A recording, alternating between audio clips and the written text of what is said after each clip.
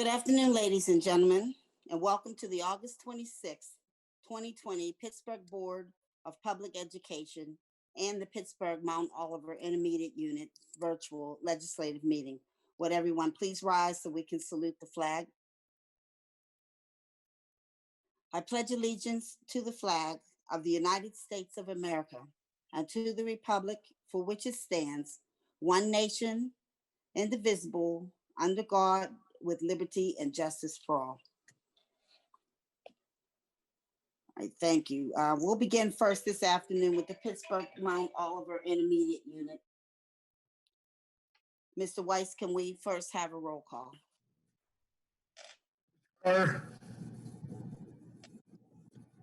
Here. Ms. Edwards, Here. Falls, Present. Gallagher, Here. Mrs. Harmon, Here. Mrs. Kennedy, Present. Mrs. Talafaro, Here. Mr. Dean, Here. Ms. Wilson, Here. all members present. All right. Thank you, Mr. Weiss. Will the board members please turn to the minutes from July 22nd, 2020? Are there any corrections, additions, or deletions? All right, hearing none, then I would like to have a motion and a second to approve the minutes of the July 22nd, 2020 legislative meeting for the Pittsburgh Mount Oliver Intermediate Unit. So moved. Okay, that's Ms. Falls. And Terry, can I- second. And Ms. Kennedy is second. All those in favor, please signify by saying aye. Aye. Aye. Okay, the ayes have it. The minutes stand approved. There are no items for the committee report on education for Pittsburgh Mount Oliver Intermediate Unit this month. The committee report on business finance that includes agenda items 23.01 through 26.01 is before you. Are there any questions or comments that were not answered at agenda review?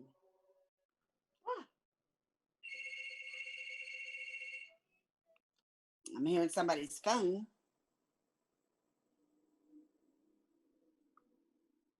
Wilson, could you repeat those numbers again? I had some static. 23.01 through 26.01. Okay. Thank you. Okay, I'm not hearing any questions for Ms. Bear. All right, then if there's no further questions or comments, do we have a motion and a second for a roll call vote? So moved. That's Terry. Ms. Kennedy, Second, Veronica. okay, and Ms. Edwards is seconding. Mr. Weiss, may we have a roll call vote, please? Carter, Yes. Ms. Edwards, Yes. Ms. Falls, Yes. Gallagher, Yes. Ms. Harmon, Yes. Mrs. Kennedy, Yes. Ms. Talafaro, Yes. Mr. Dean, Yes. Ms. Wilson, Yes, items approved. thank you, Mr. Weiss. Item 28.01 is the Pittsburgh Mount Oliver Intermediate Unit Financial Travel Report for July 2020. Are there any questions or comments on this report?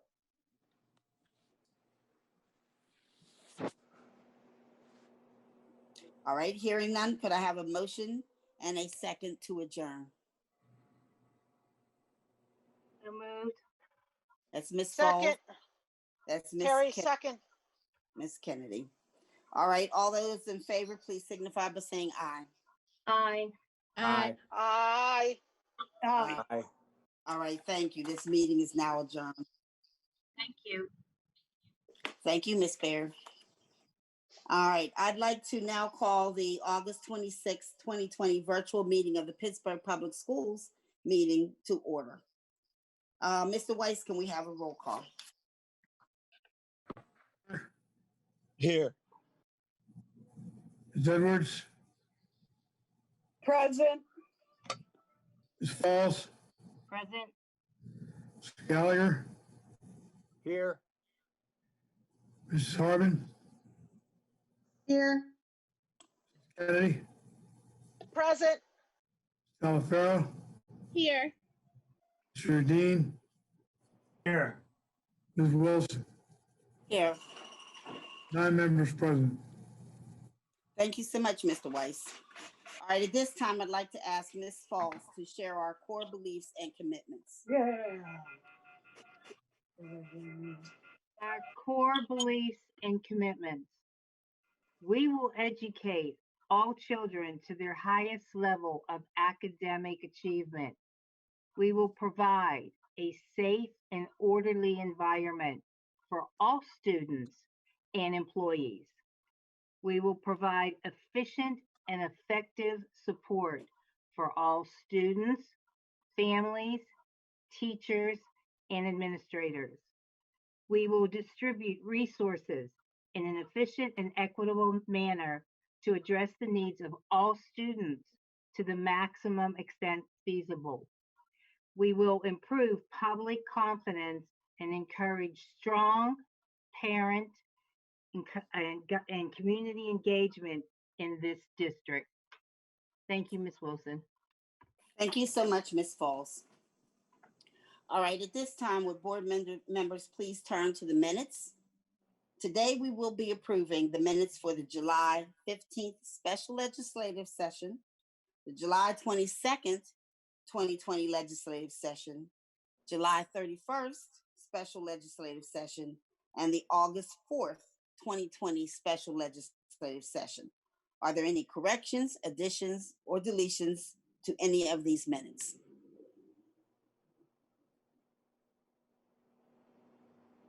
All right, hearing none, then could I please have a motion and a second to approve all of these minutes? So moved. Ms. Falls has made the motion. May I have a second, please? Wait a minute. Before we do that, I just recalled there was some email when the agenda review came out 2 Fridays ago. At some point after that, someone thought there was something incorrect in the minutes, and I don't remember off the top of my But head. it was corrected, Ms. Kennedy. Oh, it was corrected. Okay, It- thanks. I just wanted to make sure. Thank Yeah, you. I reviewed it and it was corrected. All right, so then Ms. Kennedy, are you making the second? Absolutely, Ms. Wilson. All right, thank you so much. All those in favor, please signify by saying aye. Aye. Aye. Aye. Thank you, Aye. Ms. Kennedy. Okay, the ayes have it. Thank you all. At this time, I'd like to read the executive session statement. In addition to executive sessions announced at the legislative meeting of July 22nd, the board met virtually in executive sessions on July 27th, July 28th, July 31st, August 4th, and August 11th, August 19th also, and immediately before today's legislative meeting.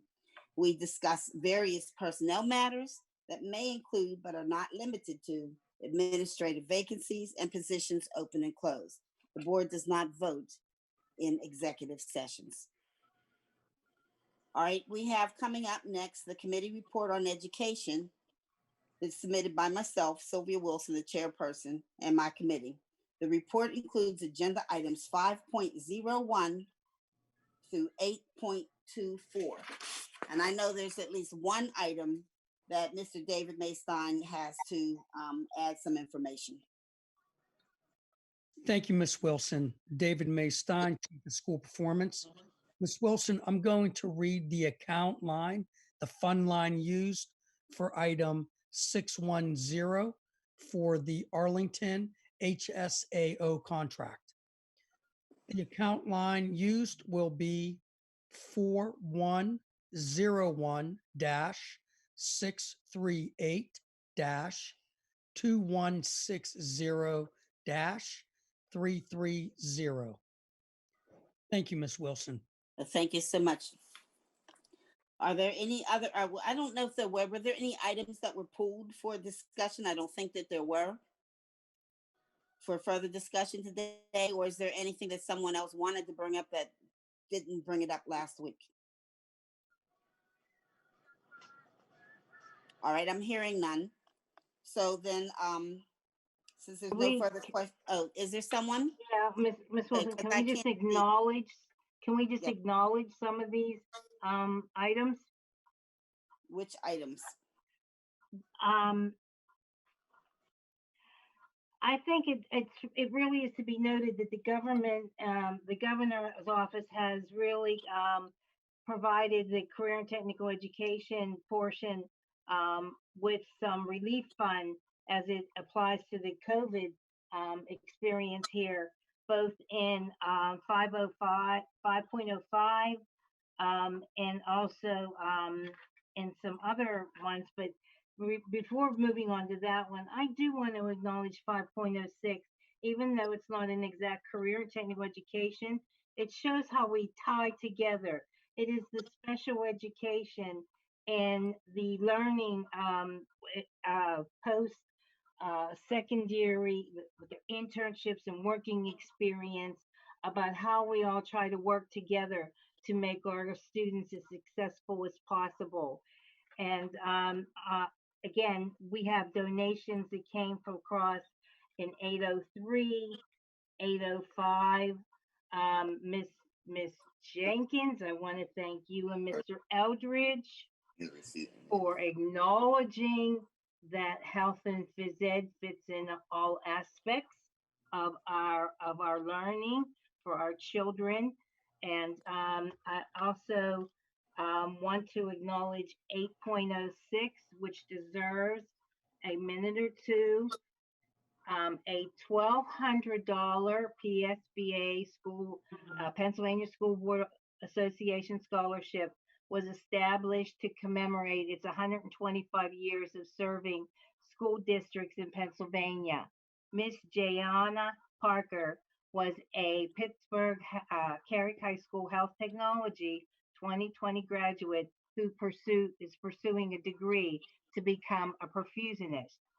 Asked if she would accept this scholarship, of course, her reply was yes, thank you very much. She is in Albany, Georgia, and is attending Albany State University, a public, historically Black university. She has confirmed her desire to pursue the career after viewing open heart surgery at Allegheny General Hospital when she was in her senior year in the Pittsburgh Public School District. When asked how she would apply the scholarship, of course, it was for tuition. Her goals are to attain her BSN in biology at Albany University and then to transfer to Carlow University to receive her master's in cardiovascular perfusionist. That's a good thing. The Pittsburgh Board of Directors, the administrators, Miss Reese, her instructor, Miss Mike, and the entire CTE family wishes her the very best and keep us updated on her progress. A very special thanks goes out to the Pennsylvania School Board Association for this scholarship and selecting the Pittsburgh School District to be honored to accept this scholarship. And I believe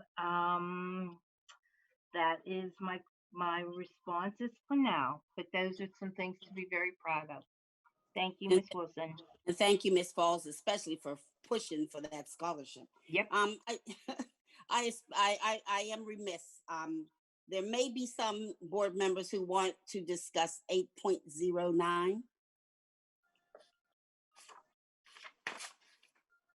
The resolution about sports. We had a lot of discussion. Is there anyone that wanted to speak to that today, this afternoon? I'd like to know if there's anything that has changed in what our governor or our health department has stated lately since this got on the agenda. Sorry, this was Miss Harbin. Oh, we got you. I'm waiting for someone to respond. That might be Miss Arnold, or might be someone in health careers, or it might be Mr. Maystein. They've been but waiting to see who's going to respond to you. I'll start off first, and Okay. Ms. Arnold can jump in. What I do know is that the PIAA has not chosen to postpone the season, so they're in their eye season will begin for us for the rec in the fall, moving forward. But also, there's been some documentation that has been put out by the Allegheny County Health Department and also the State Health Department around specifics for sports. It's very clear, and we are ready and prepared to have those protocols in place. In fact, those protocols are currently in place right now because we have documentation that has been put out by the Allegheny Health Department and also the State Health Department around specifics for sports. It's very clear, and we are ready and prepared.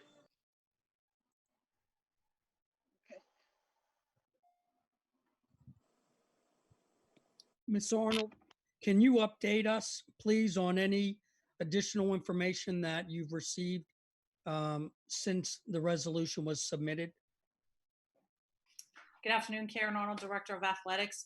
A few pieces of information have been updated. One, the PIA Board of Directors voted last week on 2 motions.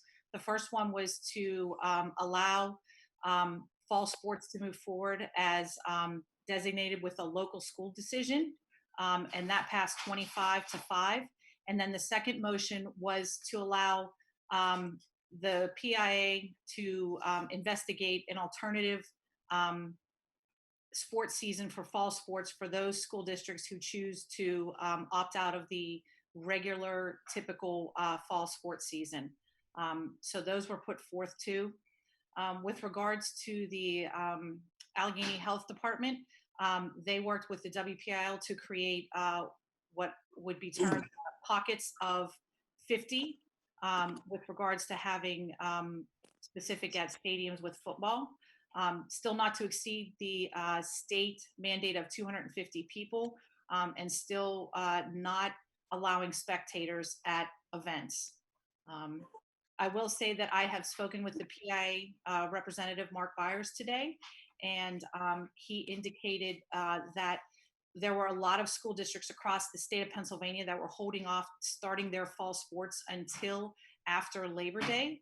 And so there's a discussion with regards to having a board of directors meeting after Labor Day, somewhere in the middle of September, to engage with the board to see what schools have opted out of the typical fall sports season, to begin looking at plans with regards to the alternative sports season. So at this point, there are no specific dates that have been presented for the what I'm terming alternative sports season at this point.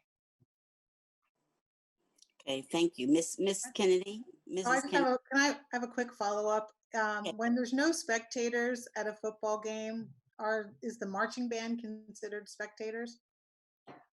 No, to my understanding, marching band and I believe cheerleaders are looped in as part of that 250 Okay. number. Okay, I'm sorry, I forgot cheerleaders. Thank you. All right, thank you. Mrs. Kennedy.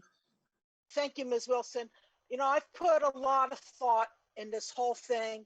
I've had talks with people, and I know I've said in the past, there's absolutely no way I could support moving forward with sports at this time.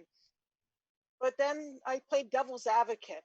So while I really do not think we should have them, I do realize this is a voluntary participation, that no student is required to participate. And our coaches who choose to, are just like any other employee. They can choose to continue their employment in that role, take a leave of absence or whatever their options are, whether it's coaches, trainers, athletic directors. So I will be voting to allow sports to continue, but it will be with really, it's a difficult decision. And I hope it does not come back to haunt me, because the worst case possibility of someone infecting someone else and someone potentially dying is not something that I think any of us can recover from.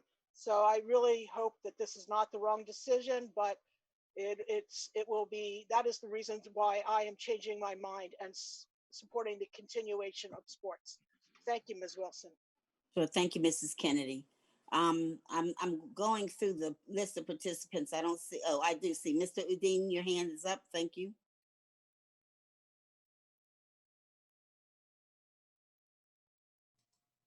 Thank you, Ms. Wilson.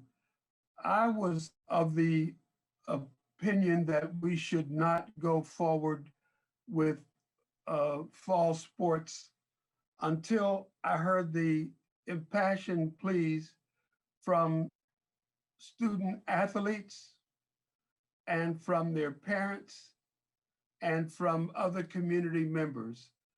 I need you to know that your participation in the public hearing was effective. It affected me.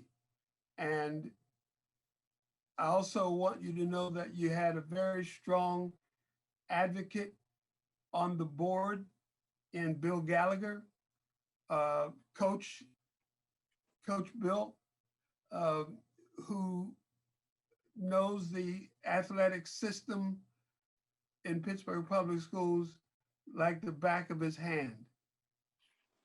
I will change my position on the condition that we enforce all of the COVID prevention rules to the T with no exceptions.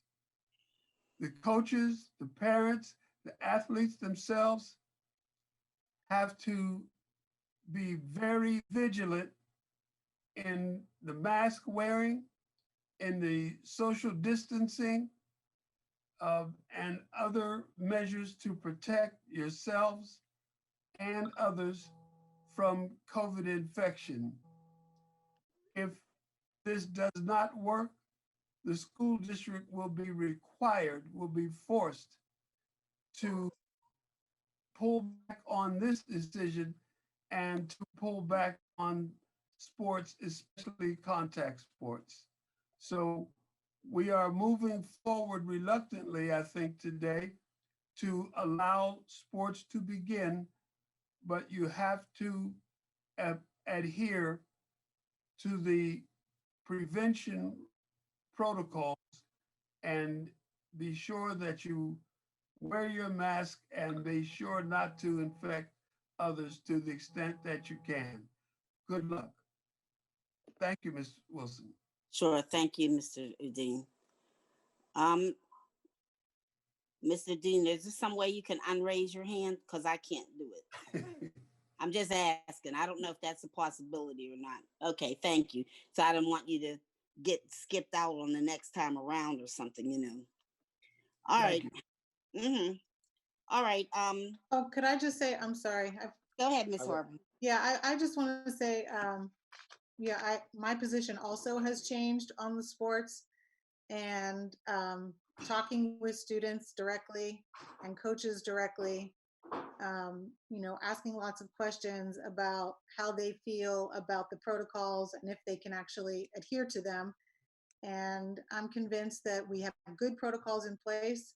I'm convinced that the students want to play so much so that they will adhere to the protocols. Yeah, so I'm also going to vote on that. The other thing that I wanted to bring up is Handle with Care 6.06. I have expressed my concerns about the use of that organization to train teachers to do physical restraint. And I know that we only use physical restraint when it is absolutely necessary, supposedly, but this organization I think is the wrong one. And I am going to vote no on Handle with Care. All right, thank you, Ms. Corbin. Mr. Carter? Thank you, Ms. Wilson. I just had a question for Mr. Weiss on liability. If he could provide a public summary of the legal liability involved in playing sports this year, that'd be great. Thank you. Thank you, Mr. Carter. To keep this at an explainable level without getting into a long dissertation about liability of public bodies. As a general matter, if the school district operates its programs in accordance with the guidelines issued by the Department of Education, by the Pennsylvania Department of Health, and the PIA, and the PIA has issued an extensive set of guidelines and protocols for sports. As a general matter, the district would not have liability in the event an athlete or other participant would contract COVID, putting aside the problems of proving where COVID is contracted. That is not to say that their litigation will not ensue, but I believe that so long as the district abides by the guidelines and orders of the various governmental agencies, including also the Center for Disease Control, it can operate this with some assurance there'll be no liability. I also want to point out, while I have the floor, so I don't interrupt the meeting, this sits now, item 8.09 provides that the season will start when there is full instruction. It states that it will be postponed until, quote, we return to full-time instruction or a blended model of instruction, also called hybrid. So if the board members who wish sports to proceed now as scheduled want to do that, they would have to vote no on this resolution. If this resolution fails, then sports would proceed as they normally would. I just want to make that clear because it can be confusing when you're voting to understand that you have to vote against something if you want sports to proceed. So that's 8.09, and I hope that responds to your question, Mr. Carter, about liability. Yes, Mr. Weiss, it does. And I also like to thank Mr. Gallagher for taking the time to talk with me about sports. This is not a subject matter that I am very familiar with, so I appreciate his knowledge and insight into the topic.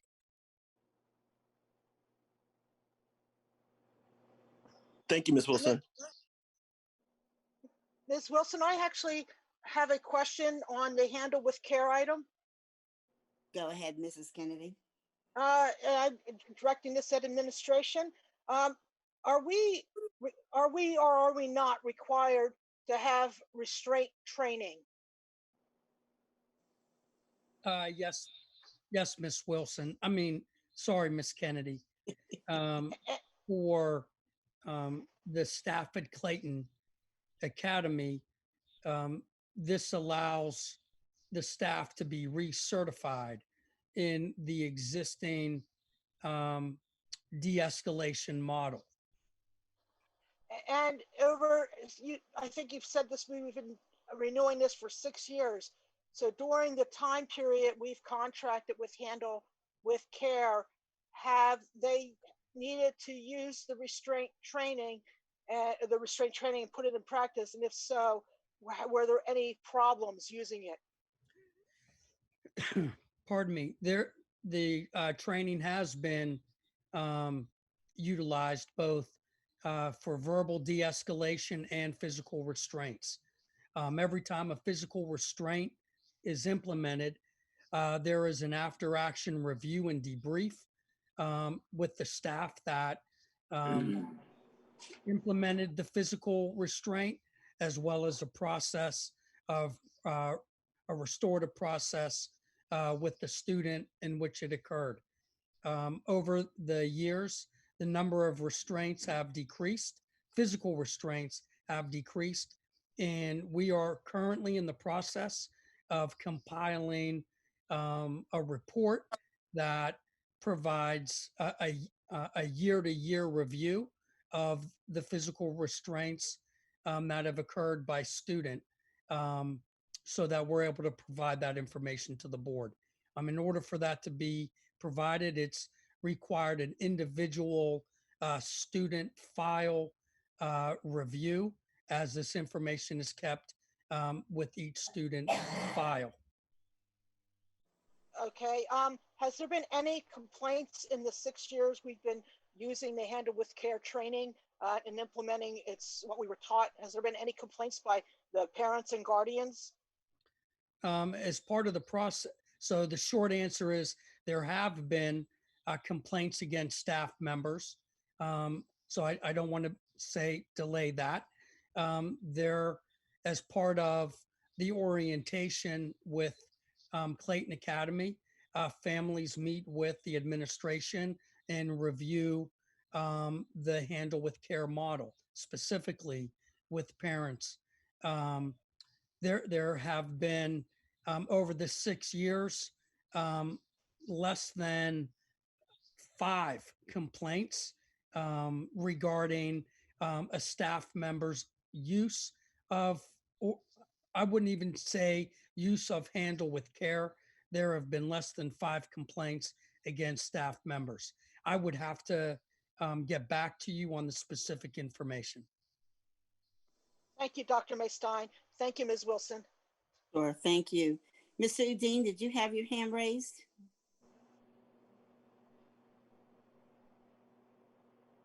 I do, Ms. Wilson. Okay, then Mr. Gallagher. I thought that Mr. Udine did, but Mr. Gallagher, go ahead. I can defer to Mr. Udine.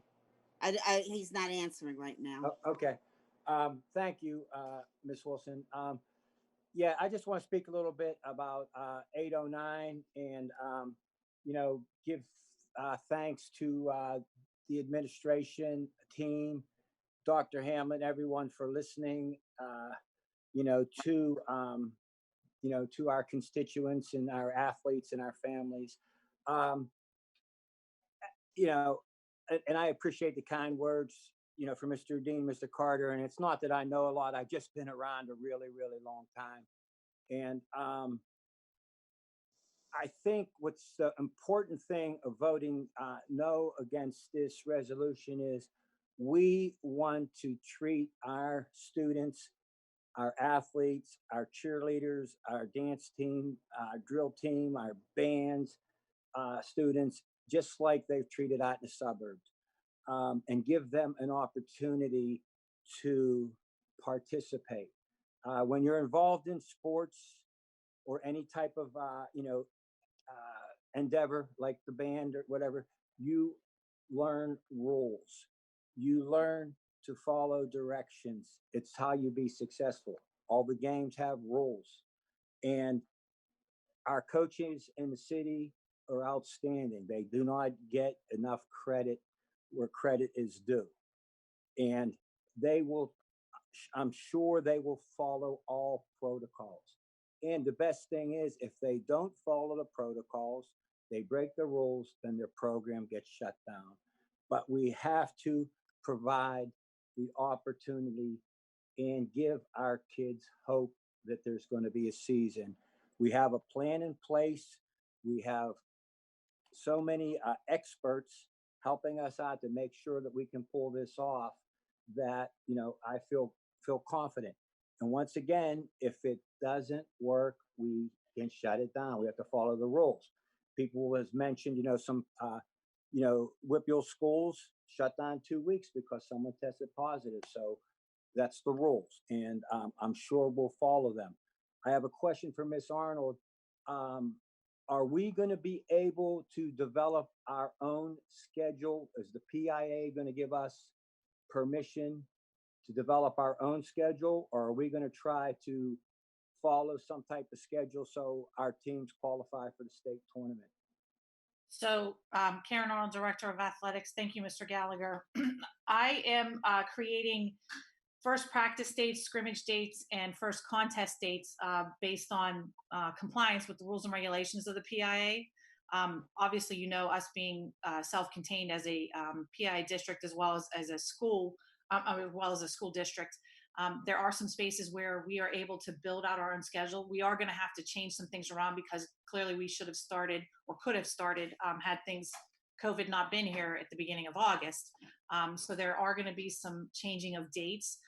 We do have some teams that play in the WPIAL, and that is something that is going to have to be looked at with regards to adjusting those schedules as well. So those are conversations that I'm going to engage with Amy Schuneman in the WPIAL, as well as those schools, and then with the PIA too, and then again with our coaches to build out those schedules so that we can participate to the best of our ability. I would like to point out that the PIA is at this point not having a discussion with regards to state playoffs. They're just looking to get kids competition time and getting programs off the ground. So I imagine that conversation will come up at our meeting in mid-September, and I can certainly come back and update the board with regards to what occurs at that meeting. Thank you. And just to throw my 2 cents worth in for this, the teams, I know the state tournament's going to be pared down, Yes. big time. And usually our city teams get thrown in some kind of sub-regional contest. And, you know, it's not always the greatest experience. If you could get more city league games so our kids can compete, I think that is the best thing. And I know there were several schedules football-wise submitted. And I just hope when we make our decisions, we listen to our coaches and we do what's best for the city league. And, you know, this is a strange year. This is a strange year and we have to get through it. And I call upon you guys to utilize all the expertise that is available.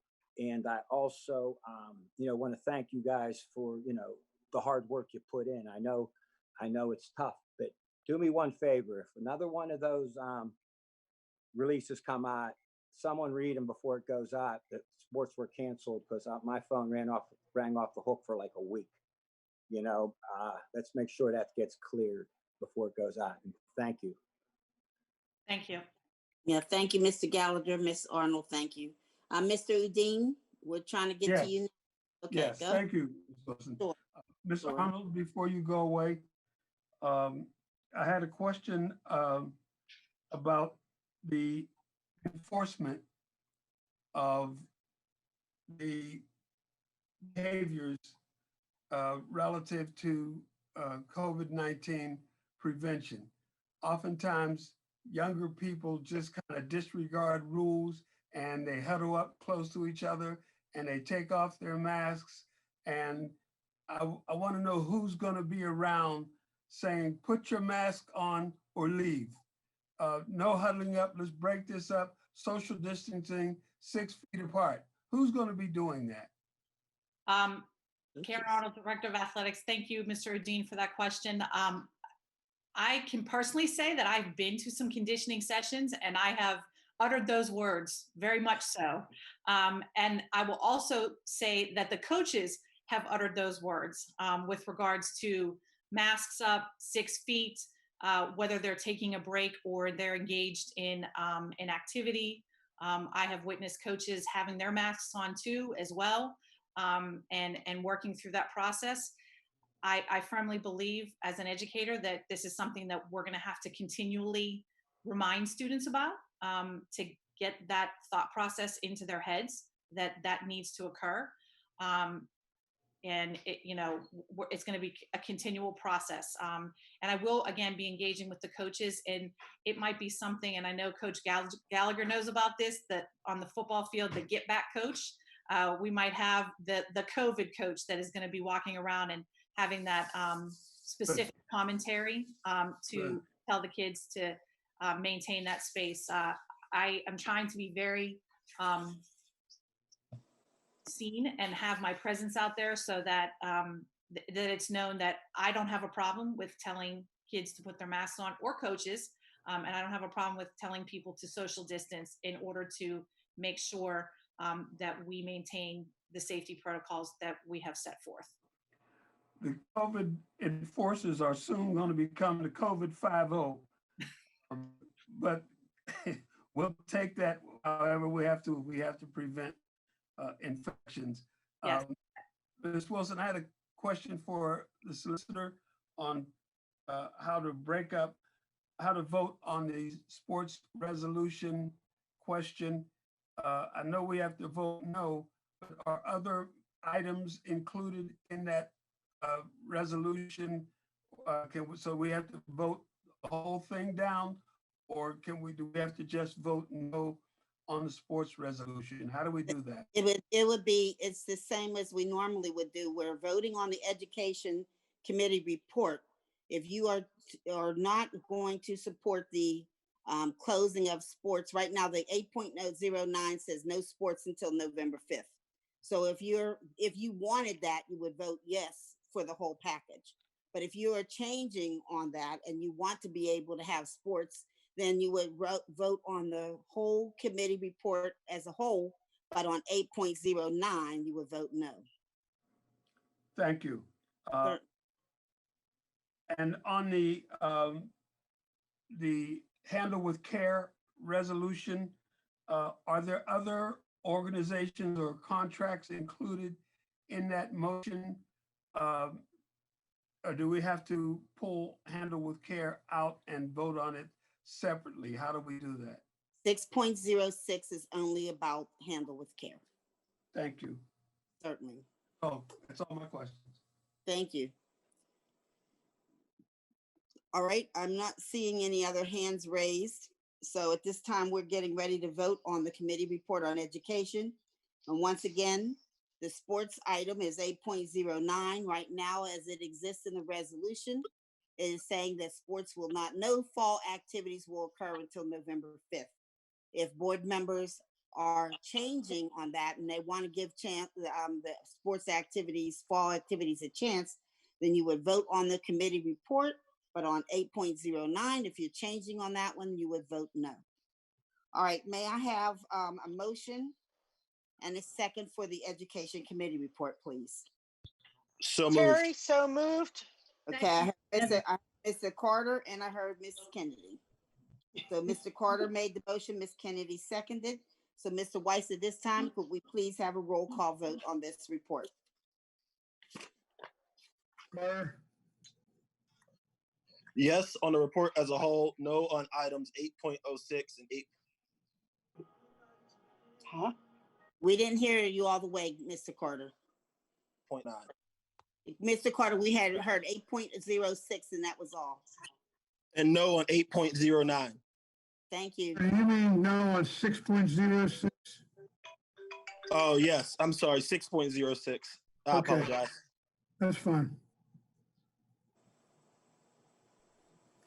Ms. Edwards, Yes on the report as a whole and no on 8.09. Falls, Yes, there's a report on the whole, but cautiously yes on 8.09. If there should be an increase, we got to call it back. you're voting no on 8.09? What did I want? You're voting for sports to continue now, right? Correct, but with You're voting no caution. on 8.09. 8.09. I'm sorry. Gallagher, Yes on the report as a whole, no on item 6.06, and no on item 8.09. Ms. Harmon, Yes on the report as a whole, no on item 6.06, and no on item 8.09. Kennedy, Yes on the report as a whole, no on item 8.09. Ms. Talaferro, Yes on the report as a whole, no on item 6.06, and no on item 8.09. Mr. Dean, I vote yes on the report as a whole, no on 8.09, and no on 6.06. Ms. Wilson, All right, yes on the report as a whole, no on 8.09. okay, the report as a whole is approved. Item 6.06 is defeated. It had 5 no votes. And item 8.09 is defeated. It had 9 no votes. So the report as a whole is approved 9-0.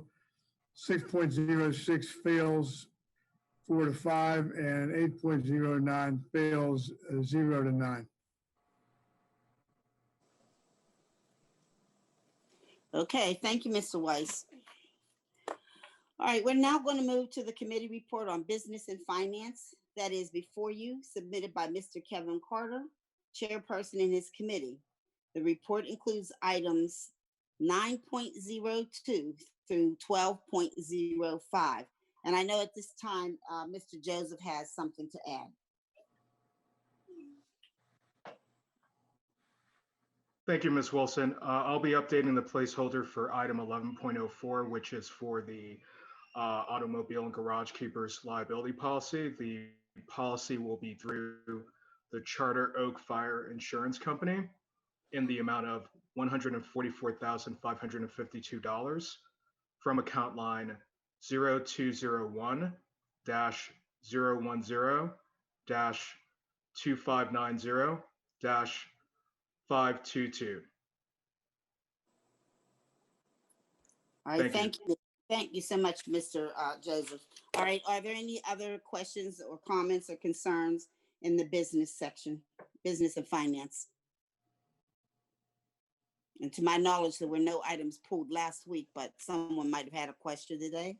Yeah, I just want to clarify something that I did ask last week. This is Pam Harbin. 10.04, it just was written weird, but I just want to make sure that parents are not paying for this stuff. We are paying for the instructional art kits.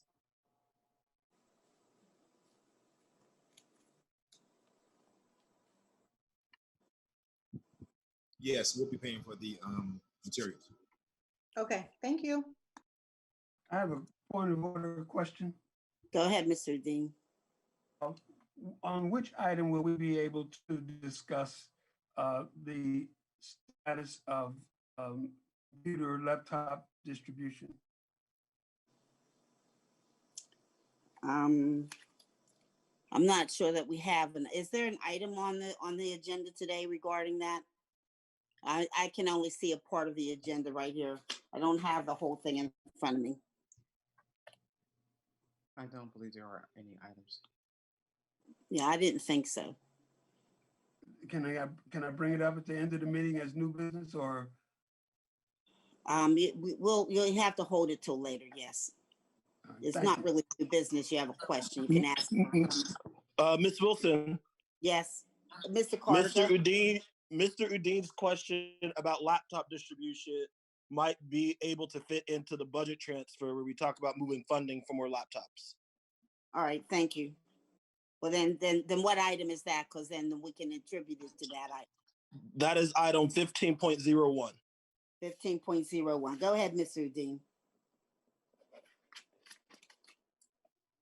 Do I wait until 15.01? I can wait. No, it's a part of this section. No, it isn't. No, it isn't. This goes to 12 point. Okay, you're right. It's not. We have to wait until we get there. So when we get to 15.01, I will recognize you at that time. I'm writing myself a note right now. Thank you. Right. Is 1205 it's still with Mr. Joseph, right? Yes, it is. Student transportation. Yes, it is. All of those folks have been vetted and cleared, and they're all good to go.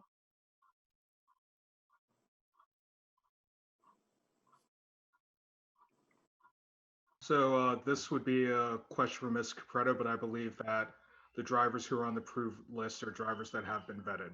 And Ms. Capreto can correct me if I'm wrong. Yes,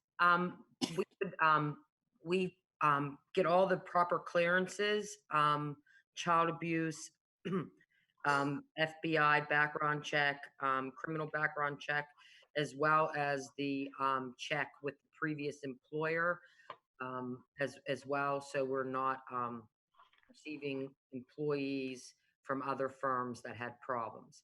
And those, we require all 4 of those items prior to bringing any names forward to the board for approval. Thank you. Thank you. You're muted, Miss. I know. I was just thinking that because when I talk with members of my PSBA board across the state of Pennsylvania, we get into this discussion quite a bit. And I'm thinking, oh my goodness, how did we get all of these? And when I hear what they deal with, so it was just a question was like, did we really get all these companies and these people? So thank you so much. Thank you. All right, here, if there are no further questions or comments, then I think that it would be appropriate to have a motion and a second to approve the committee report on business and finance at this time. So moved, Terry. Okay, Ms. Kennedy Second, Devin. and Ms. Telefera, thank you. Mr. Weiss, can we have a roll call vote on this report, please? Carter, Yes. Ms. Edwards, Yes. Ms. Falls, Yes. Mr. Gallagher, Yes. Mrs. Harmon, Yes. Mrs. Kennedy, Yes. Ms. Talafaro, Yes. Mr. Dean, Yes. Ms. Wilson. Yes. Report's approved. All right, thank you, Mr. Weiss. All right, we're going to now move to the Human Resources Report. This is item 13.01. It includes addendum items A, B, and C. And this has been submitted by Mr. Bill Gallagher, the chairperson in his committee. Now, I know we're going to have a lot of discussion on addendum C. At this time, I want to ask if there are any questions or comments on the larger human resources report, or addendum A or B at this time.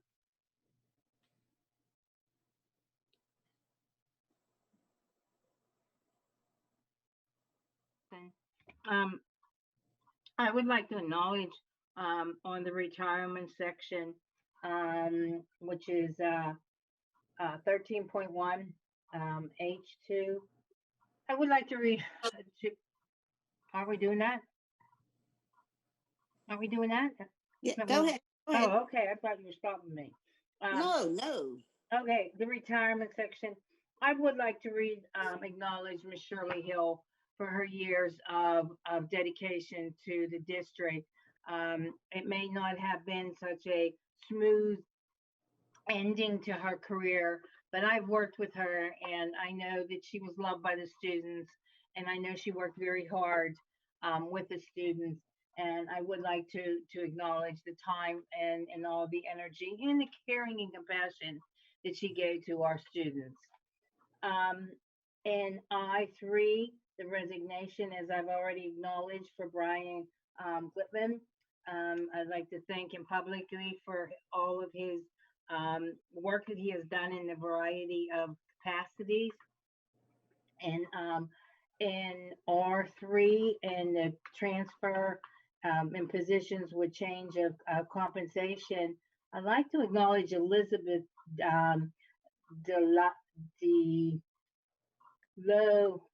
DeLauler. Come on, Mr. David Maystein, help me. David, it's Elizabeth DeLauder, who was the acting principal at Arlington. Is that right? Yes, Miss Falls. Thank you. I keep stuttering over her name. But anyways, she was the acting principal at Arlington, and she has now been transferred to math for coaching position in K through 5 at Arsenal. And but she has stuck with the Arlington group and helped them through some rough times. So I'd like to acknowledge her work as well. And oftentimes these people kind of slide by and don't really get the acknowledgement that they deserve, whether it be big, little, small, or anything in between. So I just want to thank them for their years of service and whatever else they have done to help our district. Thank you. Thank you, Ms. Falls. Anyone else have anything on the overall human resources report or addendum B, A or B? I just want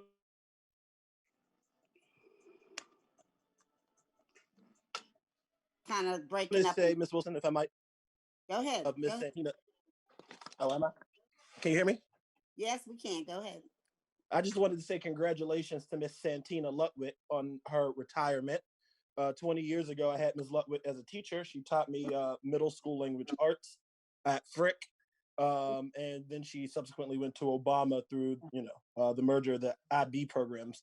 Ms. Lutwit was an awesome teacher, and I think that everybody that had her while I was a student and that everybody that had her subsequently understands her commitment to students, her commitment to education, and just, her phenomenal ability to connect with students from all backgrounds and circumstances.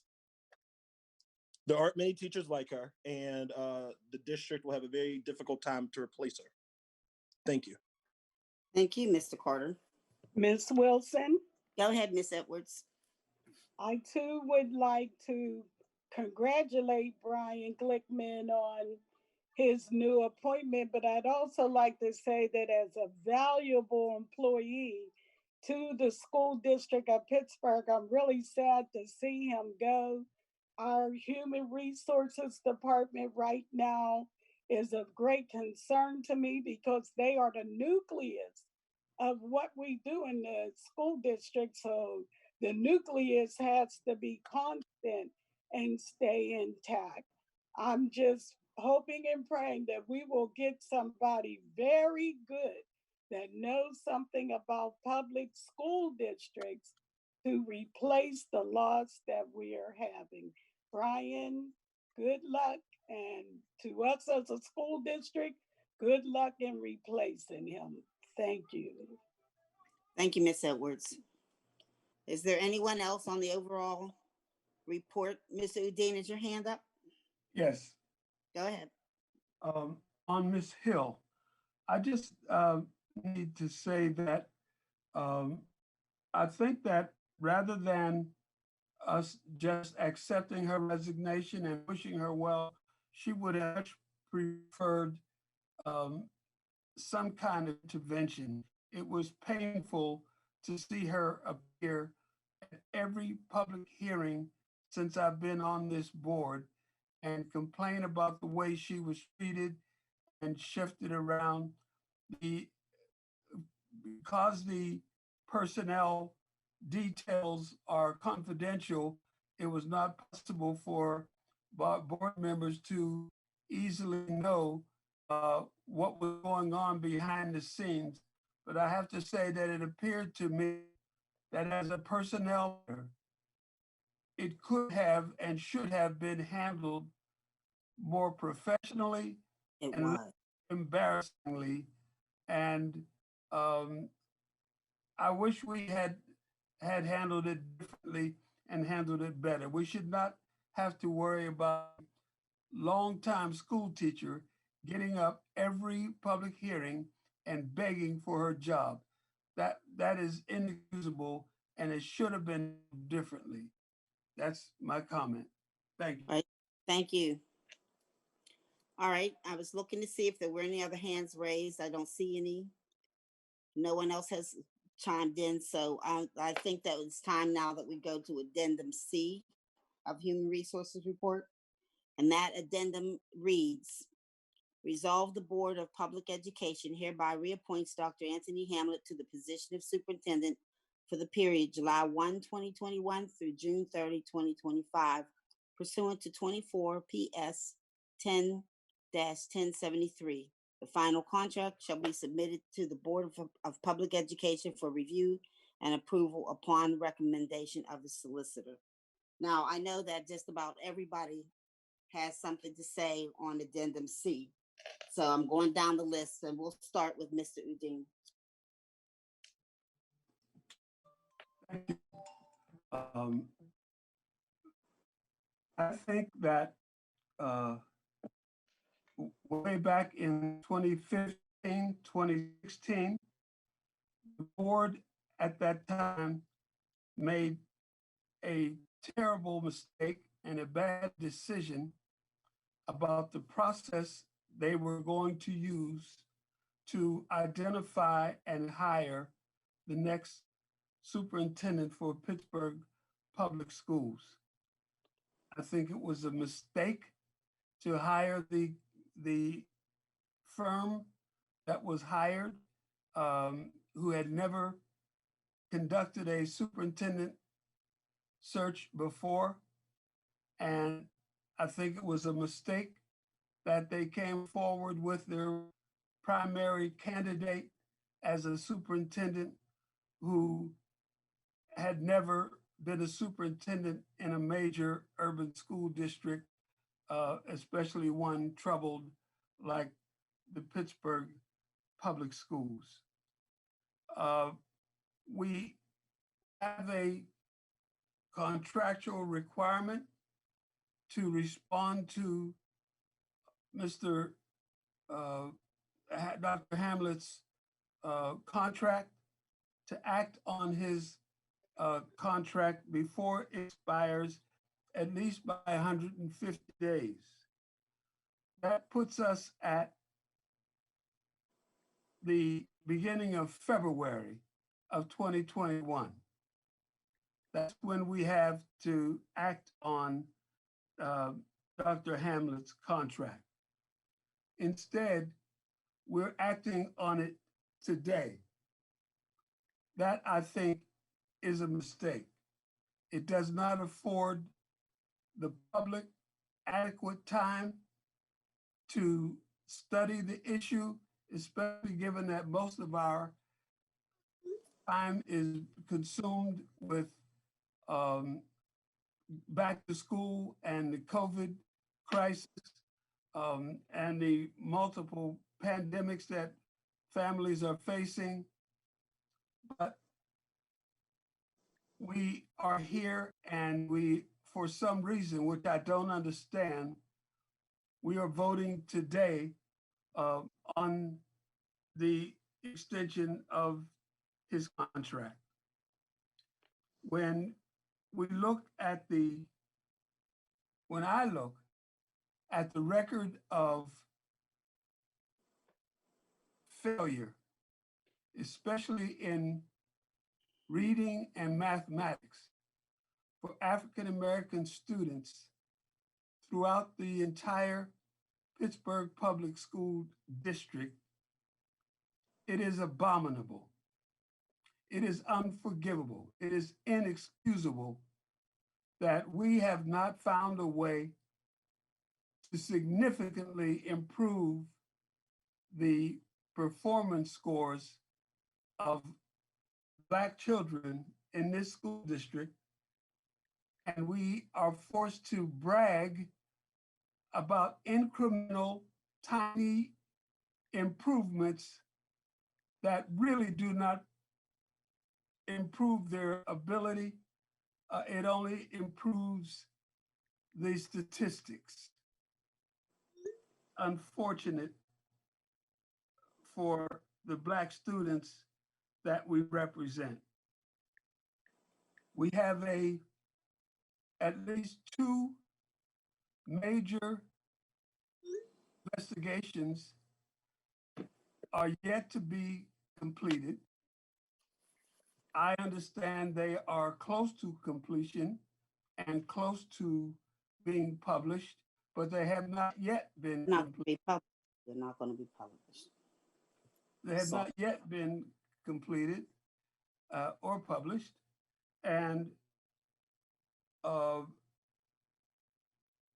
think there is a fiduciary responsibility on our part to delay our decision until after those investigations have been completed and the reports have been distributed to whomever they're going to be distributed. We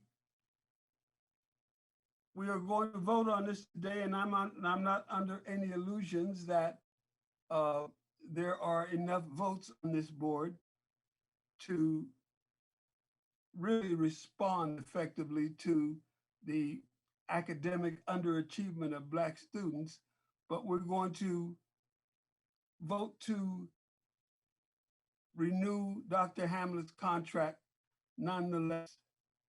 It is, I think, a shame. And if we're going to renew his contract anyway, I hope that the terms of his new contract will include measurable and quantifiable objectives that require significant improvement in the academic performance of African American students in this school district. Thank you.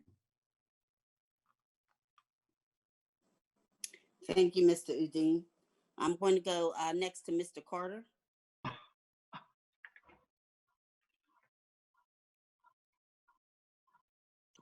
Thank you, Ms. Wilson.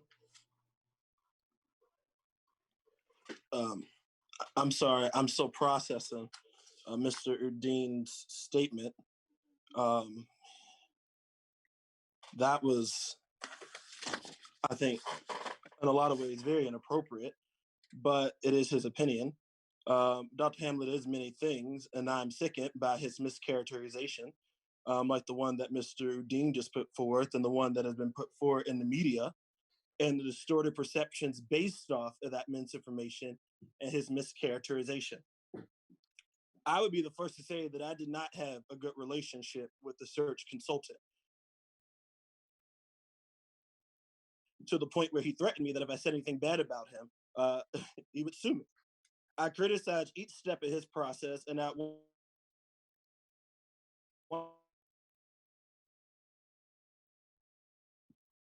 We can't hear you, Mr. Carter. one point called him mediocre. Nonetheless, and respect in the role as superintendent. Repeat your last couple of sentences because you were breaking up. I said I would be the first to say that I did not have a good relationship with the search consultant, to the point where he threatened me and threatened to sue me. You know, I criticized each step of his process, and at one point called the information that he put out about the search mediocre. I've served as the personnel chair or on the personnel committee in a number of nonprofit organizations, and I've served as the CEO of my own organization over the last 12 years. I've never voted to hire or hired someone that I didn't believe had the capacity to fulfill the functions of the role that we hired them for. What does transformation look like? Mr. Udine talks about transformation. He talks about metrics, but has offered no solid plan for what that looks like. No solid goal that the board could coalesce around.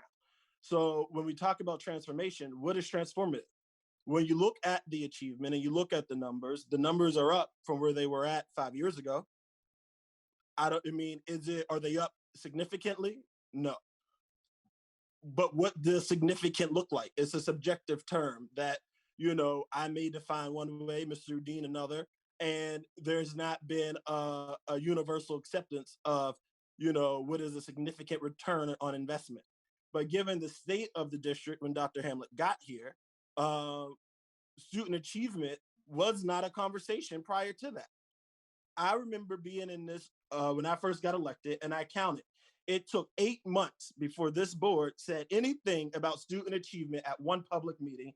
If don't believe me, go check the record. 8 months. There was no conversation on outcomes, no conversations on performance, no sharing of any KPIs at any public meeting. Look at the record. That is what we have to discuss. What the media is doing, and what the, I was here, you know, we were here. You know, some of us were here. Mr. Dean wasn't here, but we were here when Dr. Hamlet got hired. We were here for that subsequent investigation into the allegations of plagiarism, and had the board, who was very well educated, very smart, experienced board at the time, thought that there was anything substantially wrong with this candidate, we would have not voted in the affirmative in a supermajority. That would not have happened. This is a board that has for decades been plagued by division, where they referred to the board as the majority board, the minority board, based on how divided this board was. Over the last 30 years, we've had what, 9 superintendents? You know, these are issues that are not issues when you talk about student achievement that, you know, Dr. Hamlet created once he got here, as Mr. Dean first said. You know, he didn't think he was the right candidate for this troubled school district, acknowledging that the school district was already itself troubled. It is remarkable how short our memories can be when we talk about the issues that have plagued this district and whom do we want to hold accountable, you know, when we don't, you know, want to really address the root of the problem. There's a lot of problems in this district, 100%, but we've not addressed the root. We just keep changing the players and nothing is getting better as a result. The inconsistencies in our leadership and our principals and our teaching staff, that is what's driving our students to not be able to connect to the learning because they're always having to adapt to a new person. You know, that's why our district can't really solidify or define what transformation looks like because we keep changing the leader as soon as they start getting their feet off the ground. It's sickening that we would sit here and publicly bash, as particularly as a majority Black board, given the circumstances of race in America right now, a highly educated, competent superintendent, just because we don't agree with the decisions he makes and we can't come to some community universal understanding on what achievement looks like. It is remarkable that we now all of a sudden are education activists, you know, with an opinion on how we should teach reading. I've never taught in a classroom. I won't presume I know how to teach reading. However, I can evaluate curriculum and do my job in that manner. You know, that's what we are here to do. We're not here to tell teachers how to teach reading. That's what the administrative staff is for. That's what our professional development programs is for. Mr. Dean alluded to investigations. Dr. Hamlet's investigation, regardless of what he has going on in his own personal, situation with the Ethics Commission that Mr. Dean likes to bring up, that has nothing to do with us. Our solicitor has already instructed us as such. Have the Ethics Commission finds that Dr. Hamlet has done something negligent, they have the power and the legal authority to assess their own, disciplinary actions related to that. We don't know the outcome, we don't know the circumstance, and it can come back one way or the other. We just don't know. And frankly, it's none of our concern. All of us have a responsibility as individual elected officials to the Ethics Commission. Should we sit here and discuss everybody's interactions with the Ethics Commission or every investigation that any of us have ever been under? Is that what we are here to do? Because if we're public officials, maybe we should, if we want to throw him under the bus for some of the same things that we have all gone through. We know that this is the political gambit that we all got elected to be a part of. Has it been perfect in this district? No. But name a school district that has addressed the many challenging needs of their student population comfortably. However, Dr. Hamlet has been responsive, receptive, and adaptive to the ever-changing conditions of public education in the state of Pennsylvania. We commissioned a 200-page report from the Council of Great City Schools upon Dr. Hamlet's arrival. They provided more recommendations and opinions than I care to recall. But when you say that we don't know what we're doing, the district is failing, you're not just saying that he is failing and that we are failing. You're saying that all of these experts that we brought in from all these major school districts who Mr. Dean would like to vet for candidates for this job, they came into this district and gave us a plan and a list of recommendations. Dr. Hamlet created a plan, the first, holistic strategic plan I've ever seen this district have, and that executed particular goals that we needed to focus on. Can we break those goals down more so that they are more understood and, easier for the community to read? Maybe, absolutely. But to say that everything we've done has been a failure is a complete lie. We hired more nurses. We got more student support services. You know what I mean? We talk about, we're running, hand to mouth as far as the budget is concerned. I've spent the majority of my time on the budget committee. Dr. Hamlet is always looking for ways to increase resources to schools. When COVID happened, we could have been like every other institution and figured out a way to furlough employees and to not figure out how to pay them. Dr. Hamlet took a firm stance in ensuring that our public school employees maintained their wages while we were still in one of the most challenging time periods in our nation's history, in our world's history. There's a lot of things that can be said about Dr. Hamlet, But you know, all of what Mr. Udine said is a very drastic, fictionalized version that was drawn by the media long before he got here. You know, you can take it and you can look at articles of, you know, other superintendents that have been here. Look at the Post Gazette articles. Go through the history. I spent weeks going through the history. Go through the history. Look at it. We've been in a failing district for a long time. And we change superintendent after superintendent after superintendent. And what do? They come in, create a new plan. Everybody has to readjust. Come in, create a new plan. Everybody has to readjust. And we get nowhere. So when I think about this decision before me today, I have to ask myself three things. Did he live up to my expectation upon hiring? Has he moved the district forward per his contract and the vision of the board at the time? And does he have what it takes to take the district further? And to all three, I say yes. So, Dr. Hamlet, thank you for the job that you've done. And I know that it was under no circumstances easy. And I look forward to putting this issue to rest and continuing to build progress on behalf of all Pittsburgh students and teachers. Thank you. Mr. Carter. Thank you, Mr. Carter. All right, at this time, Ms. Falls. Thank you, Ms. Wilson. I just wanted to point out some things of interest as well. You know, sometimes when people don't know a lot of the story or the backgrounds, it makes people's decisions a little bit different than others. And when Mr. Carter referred to having 9 superintendents from 1990, 9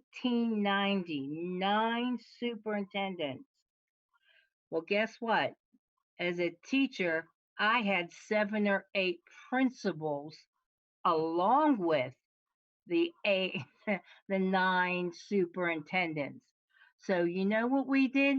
We sat there and said, okay, we'll do whatever they want us to do because it's going to change next year anyways.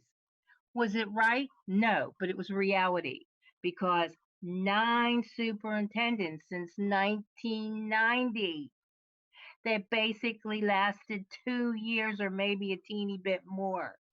And then principals changed and et cetera, et cetera. However, the other thing that I just want to say is that I have never had anyone who has put so many plans in place and had movement. And I just want to share with you, Mr. Udine, there was an article written in the Post Gazette 25 years ago, city schools facing similar problems from the past, talking long ago about the situation that we've all been working on. Again, over and over again, trying to reduce the achievement gap and to educate and to try to help elevate our children of color. So this isn't something new. And when I had said before in this discussion, why do we expect one person to undo into 3 years any kind of transformation that would require a magic wand when we're going back? Now, I'm going to take you back a little bit further because guess what? 1965. It's in here again in this report that talks about the lack of achievement of the African American students. Now, I'm not trying to put you down, Mr. Dean, because I firmly believe you do believe in what you're saying. And I agree with you because you are an advocate for the children. But I'm also saying to you, you have to be realistic. Some of us lived this. We lived through all of this, so we know what didn't go forward. It went backwards. So when Superintendent Hamlet came, it was like, oh my, listen to this. There's some fresh ideas. There's some innovative thoughts. There's some, yeah, I really want to work with this man because I think we can really find some changes. Now you say there's a little bit, you know what? After all of this, I'm going to take a little bit and I am going to say, I will bet well, maybe not my next retirement check, but I will bet something that it's going to even go further because this hasn't in 65, well, you count the years. I don't know, however many years it is. But you know, Mr. Dean, I don't mean to disrespect you because I think you and I have had some wonderful conversations. Do you agree, sir, that we have? We've had some nice conversations. Okay. However, I think that it's very important for the public to understand this. And please, I'm not disrespecting you, but it is a factor that I find utterly important. And that is, would you please put up the slide with the committee reports?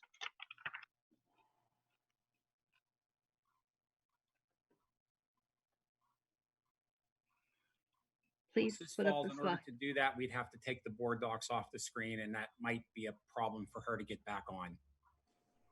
Okay, you didn't inform me of that. As a matter of fact, you had made me think this was going to go very smoothly.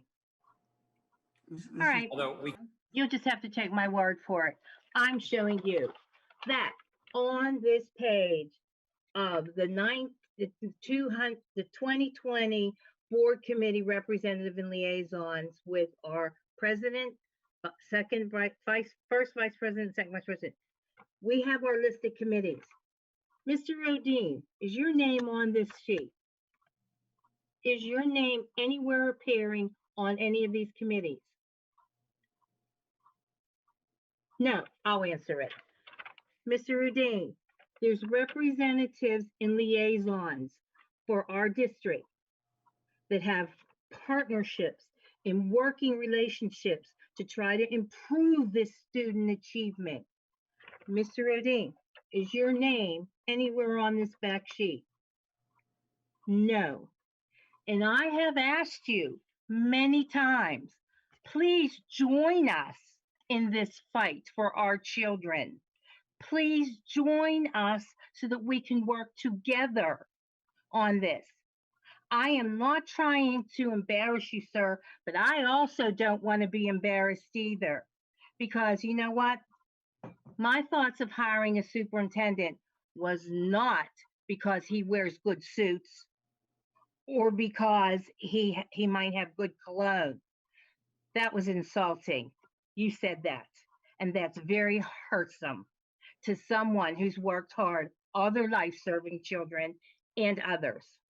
So all I'm saying to you is the proof is in the pudding. We have asked you time and time again, join us, join this team of 10 plus, and let's work together. Let's get the African American scores and whatever else up. Have you? No. And why? Your answer was what? I don't want to. Well, Mr. Rodine, what if the rest of us said we didn't want to? What would be accomplished here?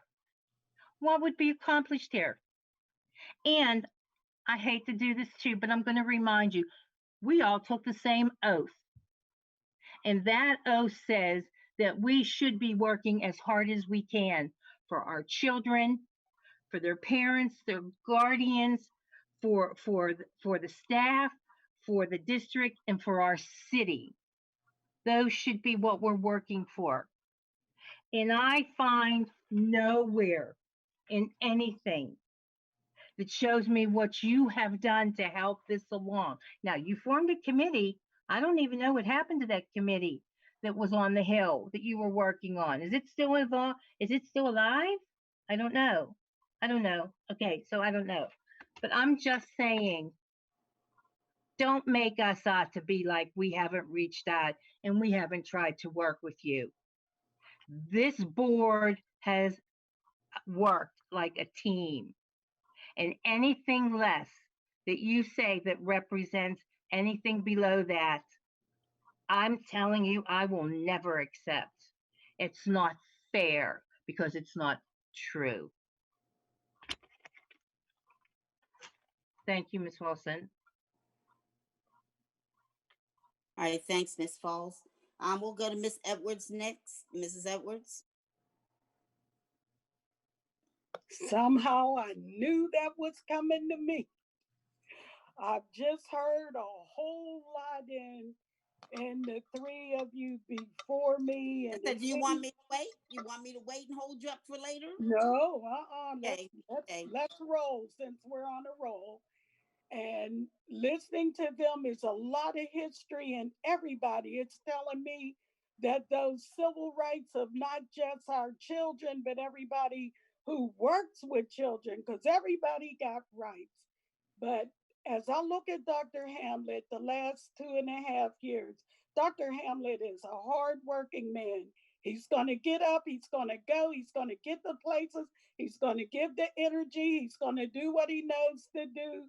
Will it all be 100%? No. We all make mistakes. I made one myself. But Dr. Hamlet, you have 9 board of directors and you have almost 3,000 employees and 23,000 parents. It's all in the way we put that strategic plan together. When we put that plan together, as I see it, it's all about effective communication, not people who don't talk to each other. That's not effective. But people who can only talk together, work together, and then be able to bring our children up from the bottom. So I'm going to say probably my number one concern, what I said already, human resources. 2 chiefs gone, and Brian getting ready to go scares me to death because I know that the wheels turning won't have as much knowledge and wisdom as they need to have. How to retain employees, how to promote them, how to transfer them, how to develop them, how to keep them happy enough to want to do a good job. The school district is turning. We are turning, but are we turning slowly? Yes, we are. But that doesn't mean we start all over again. So I wasn't interested in starting all over again, but using our partners, our parents as teachers to get back down to reading, writing, math, science, language arts, everything they're going to need. And now coronavirus says we are now moving to another level. How do we move that level, be steady as it goes, and bring our children into quality lives that they deserve? I don't care what color they are, Black, white, Indian. I go to Greenway every Thursday. I deliver food to people that I don't even know. They are Black, white, Indian, Swahili. I can't even speak all the languages, but kindness is the same in every language. We all need to do the work to educate students properly and to educate them out of poverty and into quality lives. But everybody got to treat somebody the way they want to be treated. I'm all for Dr. Hamlin continuing to steer the ship, but I want everybody to steer in the same direction. And then we can get our children off the bottom. Thank you. I'm done. Thank you, Miss Edwards. Thank you so You're much. welcome. All right, Mr. Gallagher.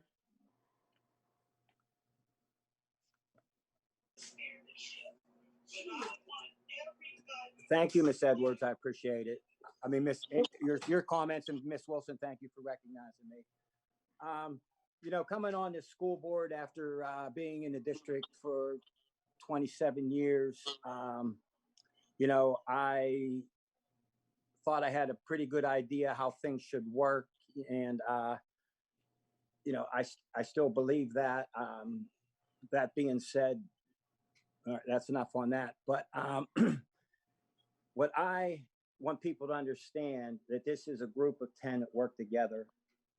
Personal attacks, calling people out, you know, to me, that's not the way a team works, because if we're mature adults, we have to accept other people's decisions, other people's opinions, and we can't belittle people.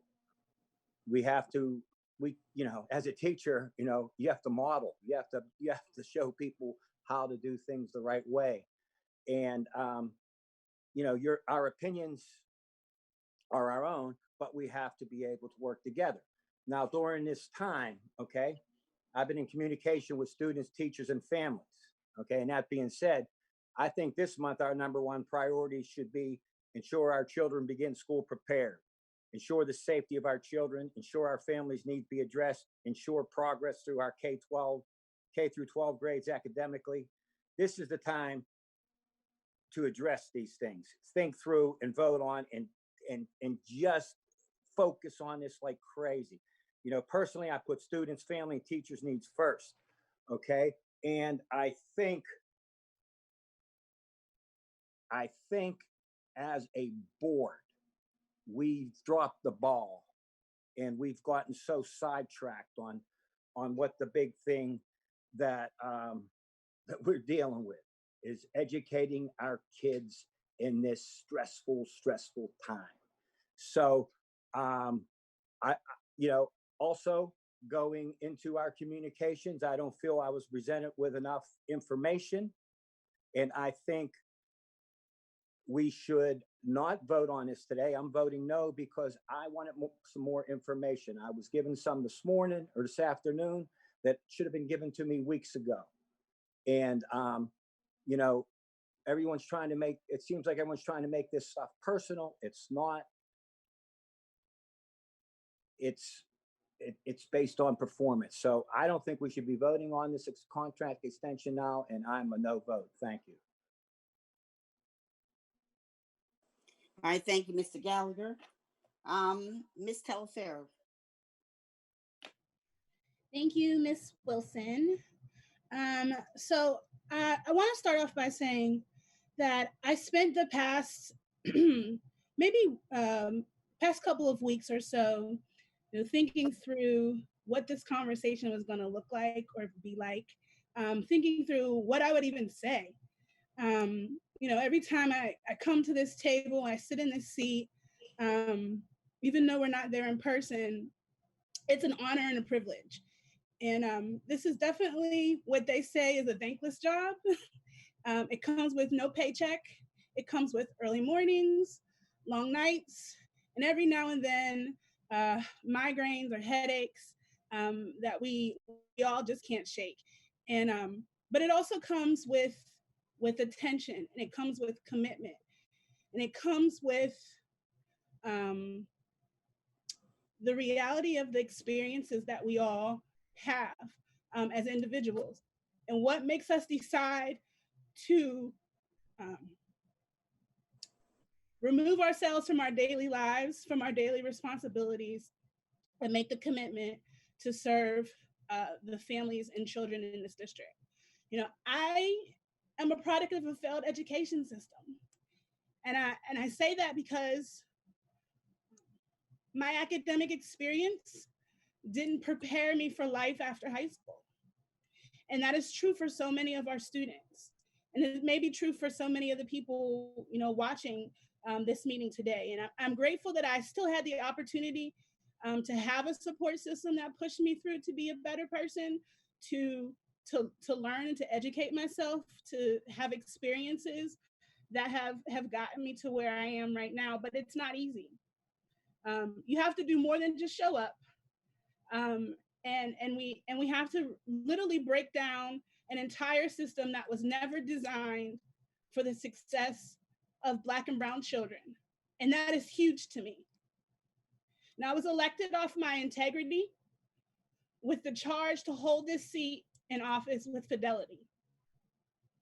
These same expectations that have been set before me are the very same expectations that I have for Dr. Hamlet and for his administration, that I even expect from my fellow board colleagues. Because without integrity, we will fail. Without fidelity, we will fail. And I'm not here to fail. My time might be short or it might be long, but what it will be is effective. I'm a Black woman who stepped up to the plate so that Black children can have a better education. So when I think about the decision that has to be made here today, it does not come lightly. And in my short time being on the board, and when I say short, I mean 8 months of being on this board, I've had an opportunity to work directly with Dr. Hamlet. I've had an opportunity to have conversations with him, very real conversations, honest conversations, and challenging him to be his better self because I am responsible for him. And I think what I see and what I have seen, and there are many things, there are lots of statistics. We've had, hours and hours of presentations, and we've received materials and information about what the metrics look like and where this district was when Dr. Hamlet came into this office or this seat or this role, I should say, and where he's come and where we are now.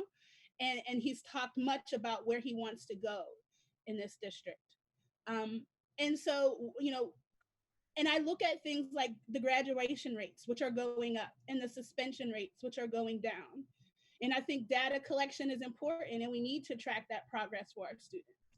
But I'm also looking forward to closely monitoring things like suspensions and arrests and citations and data for the remainder of my time on this board, even just the resolution that we put forth a couple months ago to address these issues in these areas.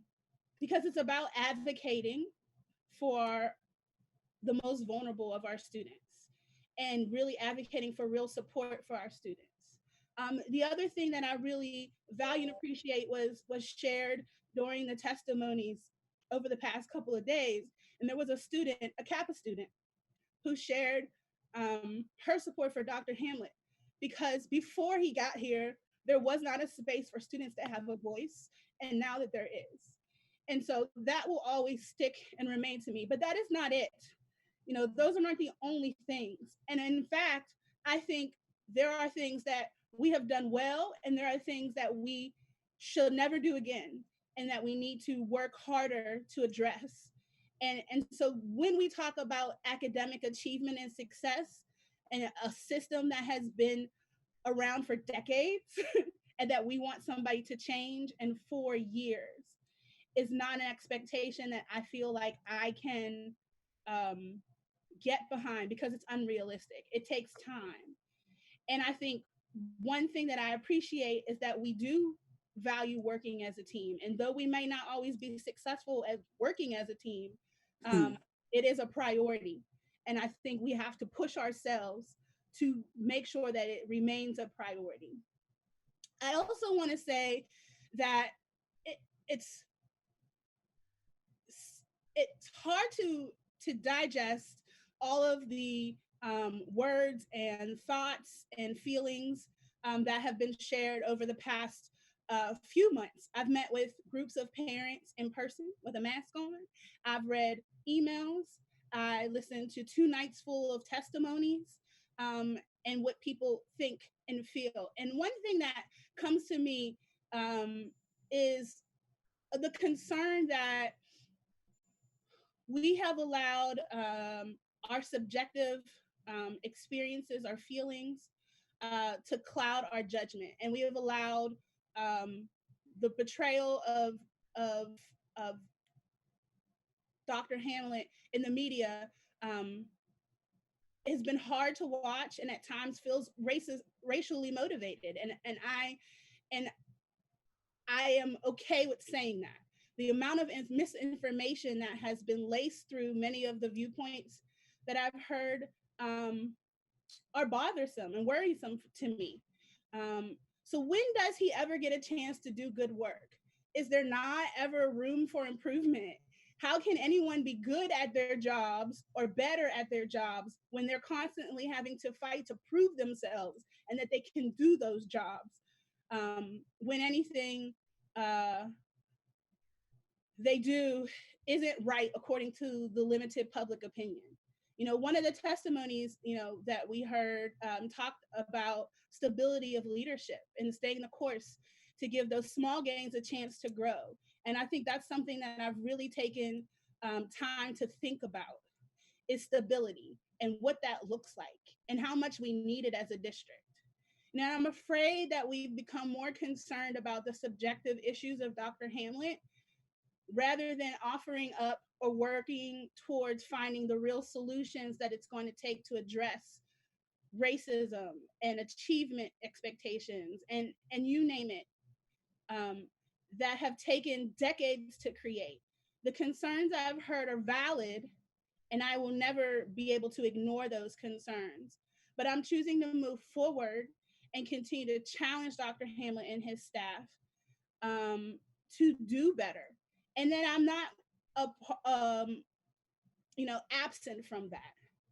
They say let them who is without fault cast the first stone. And there are many factors and people involved that play a critical role in the academic and social success of our students. We are all at fault and responsible to give our students the educational experience that they deserve. So how do we move forward together? When do we stop fighting and actually come together to get this work done?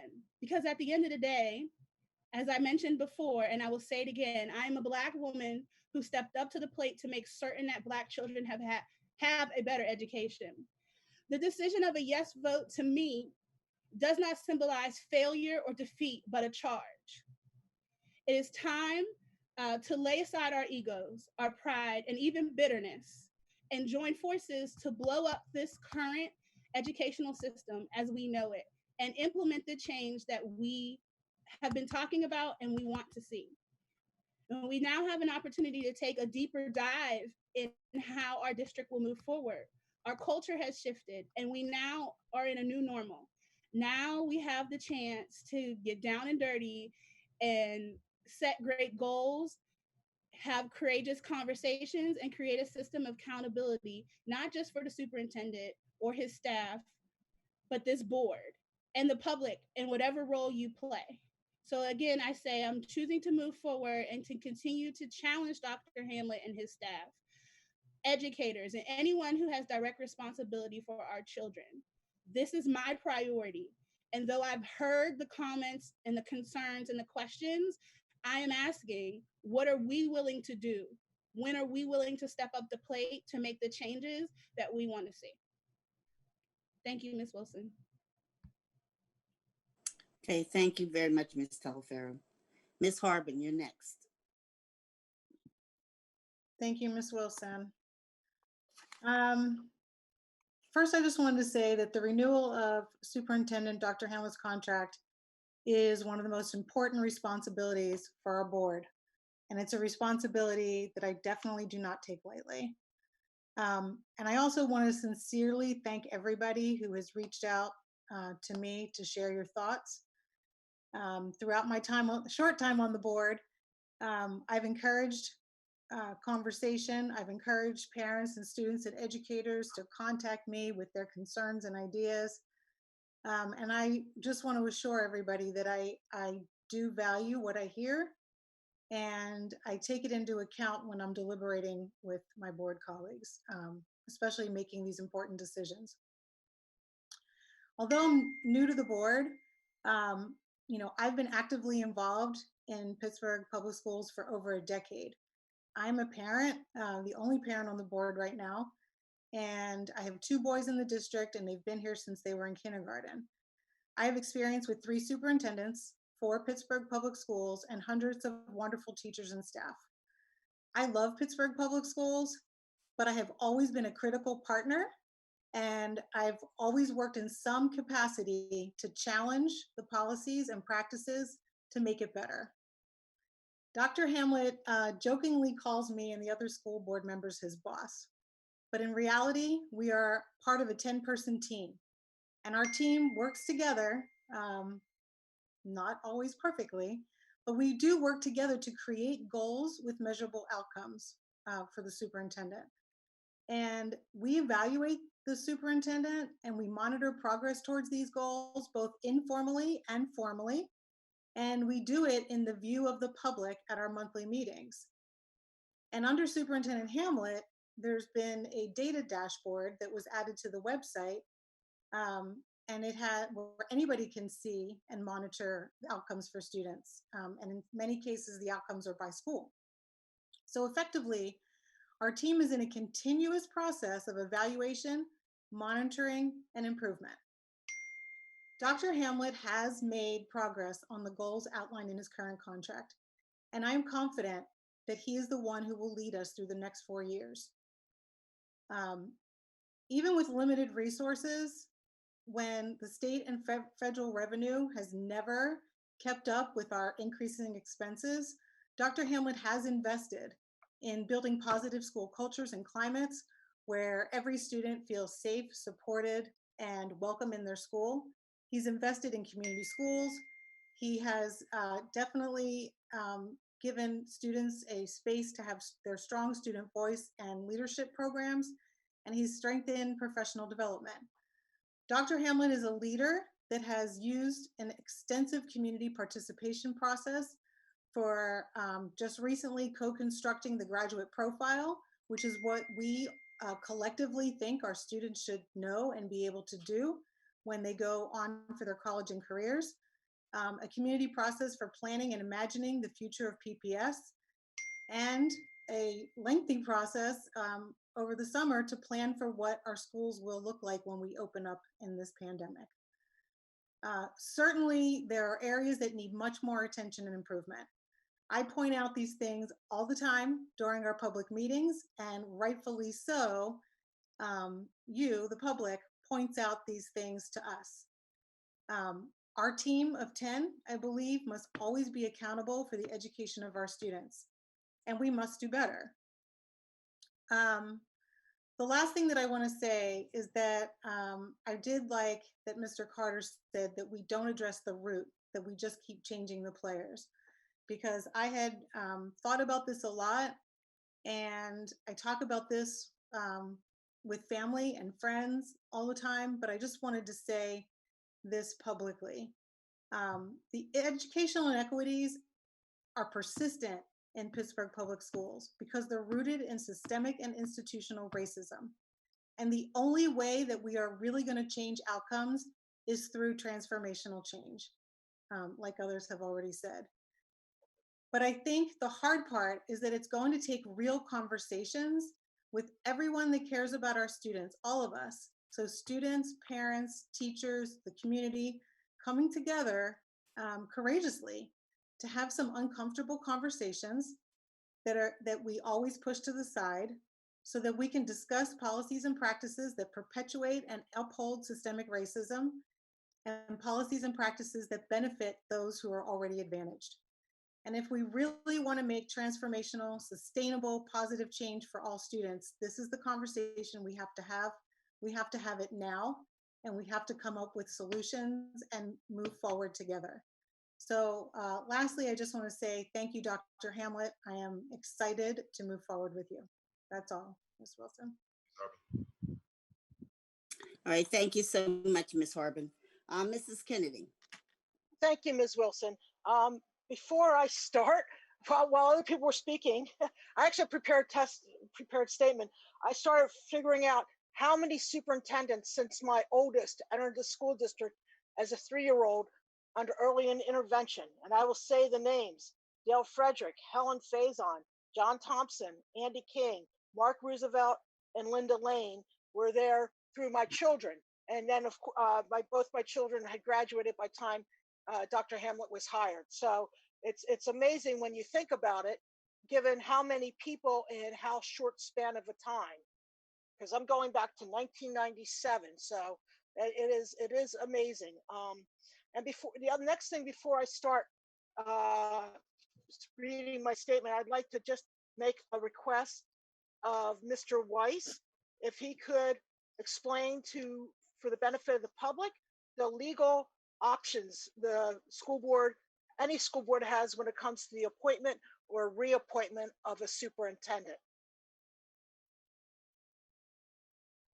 Thank you, Mrs. Kennedy.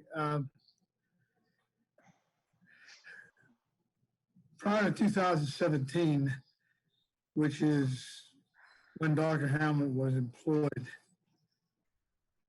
the school code provided that superintendents can be appointed for 3, 4, or 5 years.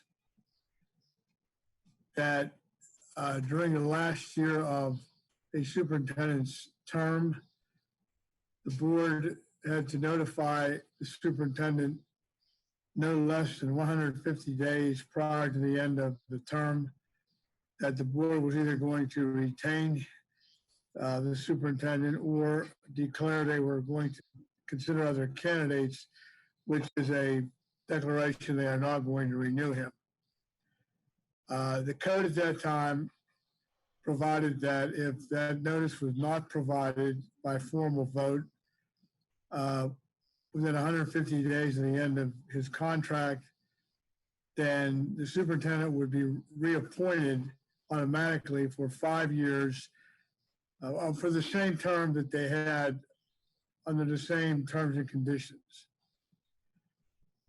Dr. Hamlet's contract contains that language, as did every other superintendent's contract from that time back. And that's section 1073 of the school code. In 2017, the legislature amended the school code with regard to the terms of a superintendent's employment. Among other changes were one, they shortened the notice period to 90 days. And if the notice was not given within 90 days, then the superintendent would be retained for 1 year. There were other changes made, including the requirement of a written contract, although that was the practice in most districts before that. Some language about certain provisions of the contract regarding severance payments, and language regarding goals and evaluations, and the requirement that those goals had to be published on the website each year. So in this case, because Dr. Hamlet was hired before the changes of the code, the board had to act within 150 days of the end of his contract, which is June 30, 2021, which means the deadline was February 1, or he would be automatically reappointed for another 5 years. The choices are 3, 4, or 5 years. I know there has been some discussion about whether the change in law affected the notice provisions under his contract. The answer is they do not. The statute cannot abrogate the rights under a existing contract. So that is a summary of the legal requirements and the options available to the board. Thank you, Mr. Weiss. And I asked it because I believe there was incorrect information that people were believing, as witnessed by the testimonies we heard over the last 2 nights and by various emails, messages that board members have received. So I thought it was important to educate the public on what the legal requirements were, as you've already informed and educated the board multiple times. So thank you. All right, now I will get on to my prepared statement. I know some people are surprised about my vote to retain Dr. Hamlet as our district superintendent. It is understandable. I introduced the motion 4 years ago to rescind his contract offer after irregularities were uncovered. After the motion was defeated, I moved forward. Over the past 4 years, there have been actions and decisions by Dr. Hamlet that I applauded, while there were others that I questioned. I could let specific examples guide my decision by placing them into pro and con columns. However, specific examples do not present the whole picture. The lens through which examples are viewed is subjective, since we could have different opinions on whether something is positive or negative. Therefore, I felt it was imperative that we use an objective method to determine if Dr. Hamlet should be retained. So following a thoughtful discussion in an executive session, the majority of the board agreed on the objective criteria for making this important decision. All board members used the agreed criteria. The end result made the case for retaining Dr. Hamlet. I feel there's no such thing as a wrong opinion. However, an opinion can be formed based on incomplete and/or incorrect information. I believe some of the people who provided testimony or email based their opinion on inaccurate information. It is my opinion They used information provided to them that shined the light on specific issues without being provided the full picture. And while it is true there have been problems over the past 4 years, some of them could not have been avoided. Some decisions showed promise but ended up not living up to their promise. How many of you remember the promise of accelerated learning academies, America's Choice, and the Kaplan curriculum? None of them worked.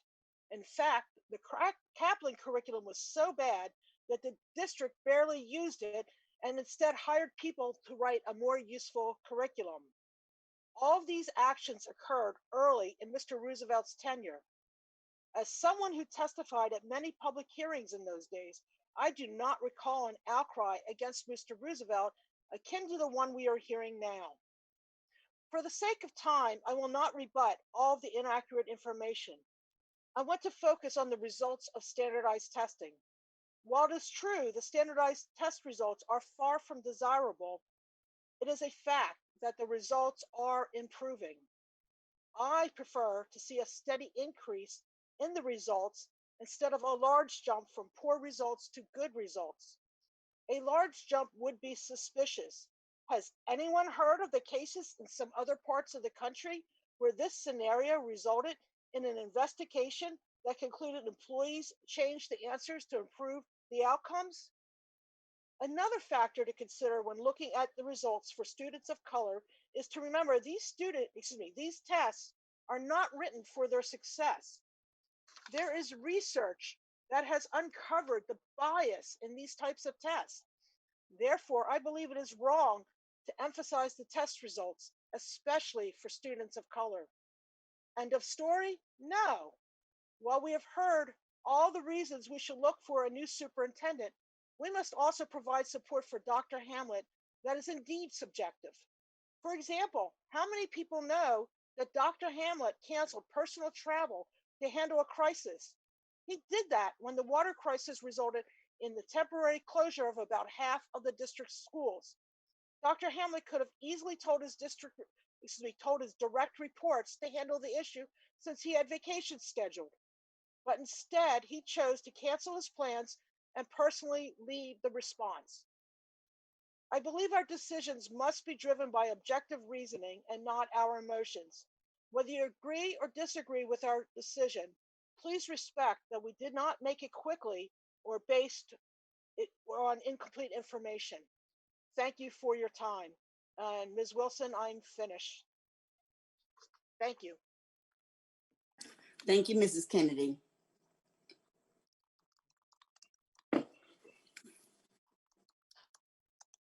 I would like to take a moment to warmly thank all those who took time out of their days to submit their concerns, gratitude, hopes, and support during the last 2 days of public hearing comments and in those who sent emails. We sincerely hope that you all understand that your positions were not only heard, but also profoundly considered. Welcome to 2020, a kickoff to a new school year, unlike any other that we've ever experienced. The coronavirus pandemic has taken us all on a ride to test and challenge our confidence, our resiliency, our integrity, and most importantly, tested our commitment to the thousands of children in our care. And as we think about the future of our district, let's be sure to keep the children as our top priority. My record speaks for itself. As I have proven to be a dedicated servant to Pittsburgh Public Schools for over 40 years as a teacher, parent, grandparent, volunteer, and elected official. This experience has helped guide me to deeply consider all factors when making decisions and to keep this precedence in mind when voting. As a graduate of Carnegie Mellon University and the University of Pittsburgh for my master's, the recent attacks to my integrity as board president have been tough to absorb. But those attacks have driven me to be more determined than ever to act and respond with a razor-like focus while continuing to move forward. And moving forward is exactly what we must do in order to protect all of the progress that has been made over the past 4 years. Regarding the resolution to confirm Dr. Hamlet's contract, During my career as a teacher, I was always evaluated every year on my performance. When I joined this board years ago, it was an eye opener to learn that no such formal evaluative process was done for previous superintendents. A subgroup of board members worked together with Dr. Lane and an outside consultant at that time to develop an evaluative instrument. Additionally, after the evaluation process was created, the state mandated a format for school boards to use to evaluate all superintendents. Since then, the tool that we use has been updated with the assistance of the Council of Great City Schools, of which PPS is a member. It is the responsibility of this board to use that instrument to evaluate the progress made by the superintendent with very specific, measurable goals. Each board member rates the superintendent on these goals based on actual data. The process to determine the renewal of Dr. Hamlet's contract is based on the details outlined in his contract. It was determined that this board was not to use subjective criteria, but to use objective criteria. Each board member is responsible to rate the superintendent in what I would hope to be an honest, objective manner. So after assuring that there is a specific process for rating the superintendent, along with my years of experience, I resent being pictured as someone who makes decisions based on a nice personality, nice suits, nice cologne. This type of rhetoric is not helpful to the process and is insulting to my intelligence, and I will also add, sexist. My record is not the only one that's been on the chopping block lately. Dr. Hamlet's integrity has been under attack as well. In recent months, not only have we been at war with a pandemic, we have been faced with media blitz of negative and mixed information, much of which was created to cast aspersions on a board that for the first time acted against traditional and historic protocols by involving the public in the process of selecting the next superintendent. There were those who fueled the mixed and misguided messages to express their dismay, taking it out of the hands of the very people who were elected to do this job. As a Black woman, as a Black educator, and mother of 2 Black sons, Black lives always matter, and I too am concerned about the levels of achievement of Black students. Over the past 4 years, progress has been made in the levels of Black student achievement. What is happening across this state and our country mirror what is happening in Pittsburgh. The levels of Black student achievement were low before Dr. Hamlet arrived. Over the last 4 years, progress is being made, and the pandemic is a setback for our students of color. Change and evolution takes time. Dr. Hamlet did not bring his magic wand to accomplish this. In fact, one might remember that teachers are in the classrooms. Changes in how teachers deliver instruction takes time as well. For too long, teachers were to use prescriptive teaching, which took away from what once was the highlight of Pittsburgh Public Schools. The pedagogy of teaching, being able to diversify to meet the needs of all students, that was challenged. Rome wasn't built in a day, but there were no outcries when a previous superintendent destroyed achievement goals of students of color during their tenures. In working with the board, Dr. Hamlet has made many critical accomplishments to date. Among these are a nurse for every campus, additional social workers and counselors being placed in schools. The career and technical programs have been expanded to include more students and to provide more opportunities for career options. There has been a reallocation of resources to schools with the most needs. Graduation rates have increased. Attention has been given to average class sizes, which is important in the classroom and with teachers and how they manage their students. Student voice is an important addition. Community schools have been expanded. Out of school time continues to develop and build relationships with community organizations and partners to grow in assisting with student needs, working on better relationships overall that hadn't existed before. In closing, many have asked why now as opposed to waiting. We decided as a board to make a decision now due to the very reasons that many asked us to wait. We need to concentrate on the education of our children. We needed to get this district back on track post COVID-19 with haste. The district is making every effort to move forward in a difficult time that was not created by us. We are not alone in these struggles. We are in touch with other districts, similar in size and larger, and compare notes. We learn from each other. We want to remove distractions that prevent us from focusing on educating all of the children. Again, why wait? We have several other considerations to resolve that impacts educating our children that must be resolved, such as collective bargaining agreements that have expired, others that will expire soon, and our financial future is very worrisome. We need to maintain stability at this time so that the critical work can be accomplished. I want to thank you for listening to me at this time. My vote, yes, to retain Dr. Hamlet's contract. All right, and at this time, everyone has had their opportunity to weigh in on the entire Human Resources report. Again, we had time prior to make any comments on the package as a whole and on items A and B, and we all have had the opportunity to speak to item C. So at this time, I will ask for a motion and a second to approve the Human Resources report. I happily approve the motion, Ms. Wilson. And I second it. Okay, it was Mr. Carter and Ms. Falls. All right, Mr. Weiss, may we have a roll call vote on this Human Resources section, please? Mr. Carter, Yes. Ms. Edwards, Yes. Ms. Falls, Proudly, yes. Mr. Gallagher, Yes as a whole, no on C. Ms. Harmon, Yes. Mrs. Kennedy, Yes. Ms. Talaferro, Yes. Mr. Dean,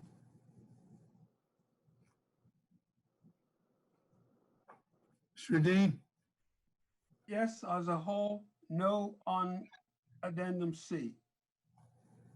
Ms. Wilson. Yes. The report as a whole was approved. Addendum C was approved 7-2.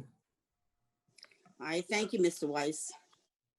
We are now going to move to item 15.01, the budget transfer. And I know that Mr. Udine had some question that may be involved with the budget transfer since the computers were involved. Go ahead, Mr. Udine. Thank you. Pittsburgh Public Schools has been on the news in the last few days with lines of parents and students lined up outside of schools complaining that they had been waiting for hours in the hot sun to pick up their computers and were told that the line was long because the staff lacked volunteers, enough volunteers to hand out the computers. I wanted to get an update on why people have to wait in line so long. And secondly, current status is of the distribution of computers, how many we have on hand, how many we still have to distribute, and whether or not, when we talk about distribution of computers, are we also including the access to the internet? And if not, I need the same information about the number of students and families that have been provided access to high-speed internet, as well as the equipment that is required to plug in to the internet access. Thank you. So in terms of responding as it relates to the budget transfer, Mr. Carter did point out that this budget transfer was to fund the previous purchase of laptops that we purchased earlier this month to ensure that we would have sufficient laptops for our students in grades 2 through 5. We had previously purchased from a separate vendor, but that vendor had proven not to be able to satisfy the order in a timely manner. So we were able to locate another vendor to have computers for our students in grades 2 through 5. Those computers have been coming in on a rolling basis, and we have been distributing them as they come in. In terms of the weights at the distribution sites, the distribution sites, for them to run properly, need minimum 4 volunteers to be there all day, or 8 volunteers in shifts. We having the distribution running during teacher PD, limited amount of volunteers we have, but for the last beginning yesterday, we deployed other staff who had been assigned to schools who aren't teachers, namely our school security staff, to help with the distribution of laptops, to help address those lines, to try to prevent any bottlenecks, to speed up the lines. In terms of the amount of devices that we have that have yet to been distributed, or the students who are still needing devices, I know that our chief of school performance has been in communication with schools, and schools have been having outreach to be able to have counts of the students by grade and by school that are still in need of devices. And I know that we're committed to providing the board with that update I believe by the end of the day tomorrow. So that's the update that I'm able to provide. Our chief accountability officer, who is heading up the distribution efforts, is actually on site right now working on the 912 laptop exchange. So we'll be able to provide you with the specifics on the device that we have in hand, and the device that students that are still needing devices once we continue to outreach to schools. We continue to talk about devices. Does that also include access to high-speed internet?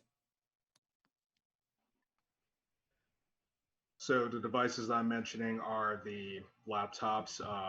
We did hand out hotspots early in the year, and as we did purchase additional ones to make sure that staff had connectivity. We've been working with Comcast Internet Essentials to try to have families sign up for the Internet Essentials so that they'll have internet access. But the report that I gave was specifically to the actual laptop devices or iPads for those types of devices, not specifically the hotspots, because we're handing out iPads. Well, we will be handing out iPads, but we're handing out laptops as part of distribution that's been occurring over the past few weeks. Dr. Dwyer, can you speak to our internet access, what we're currently doing? So currently, Ted Dwyer, Chief Accountability Officer. So as Mr. Joseph indicated, we worked with Internet Essentials to identify and to provide internet to families. There's a process that families have to go through in order for them to get the Internet Essentials activated. We'll have to provide that information for the number of people who have actually gotten the activation done. Also through the Office of OSP, we are collecting information on what families at each one of the schools do not have internet, so that we can work to leverage all of our available processes to get them internet. We still have the hotspots that we handed out to our high school students are still in the hands of our high school students from the 1 Million Foundation for students who didn't have internet access. We'll be taking the 12th graders who had hotspots from that grant and having them reactivated for new students once we have them all in our possession. And we will be leveraging the hotspots that were purchased for the to honor the MOU from the beginning of the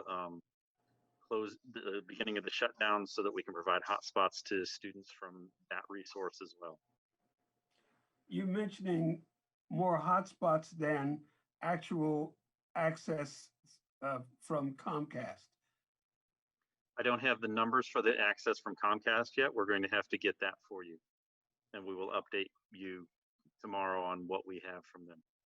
And we So have added, Comcast has come on site to some of the some of those locations to actually sign parents up right on site. So now Comcast is showing up at actual sites to help parents navigate through the process. I'm trying to get a description of how large is the need, how far have we come, and how ready will we be for one-to-one access on day one? I can tell So you, Dr. May Stein in the Office of School Performance has tasked the principals with working with their staffs to contact the parents. We should have a report on that tomorrow. Dr. Dwyer?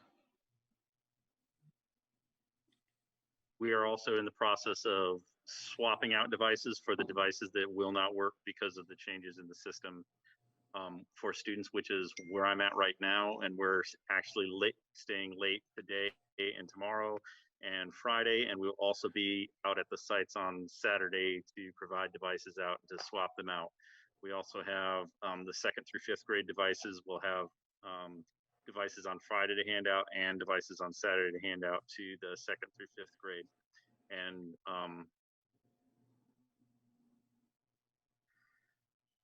we're also in the process of getting the iPads the 1st grade iPads out to the schools.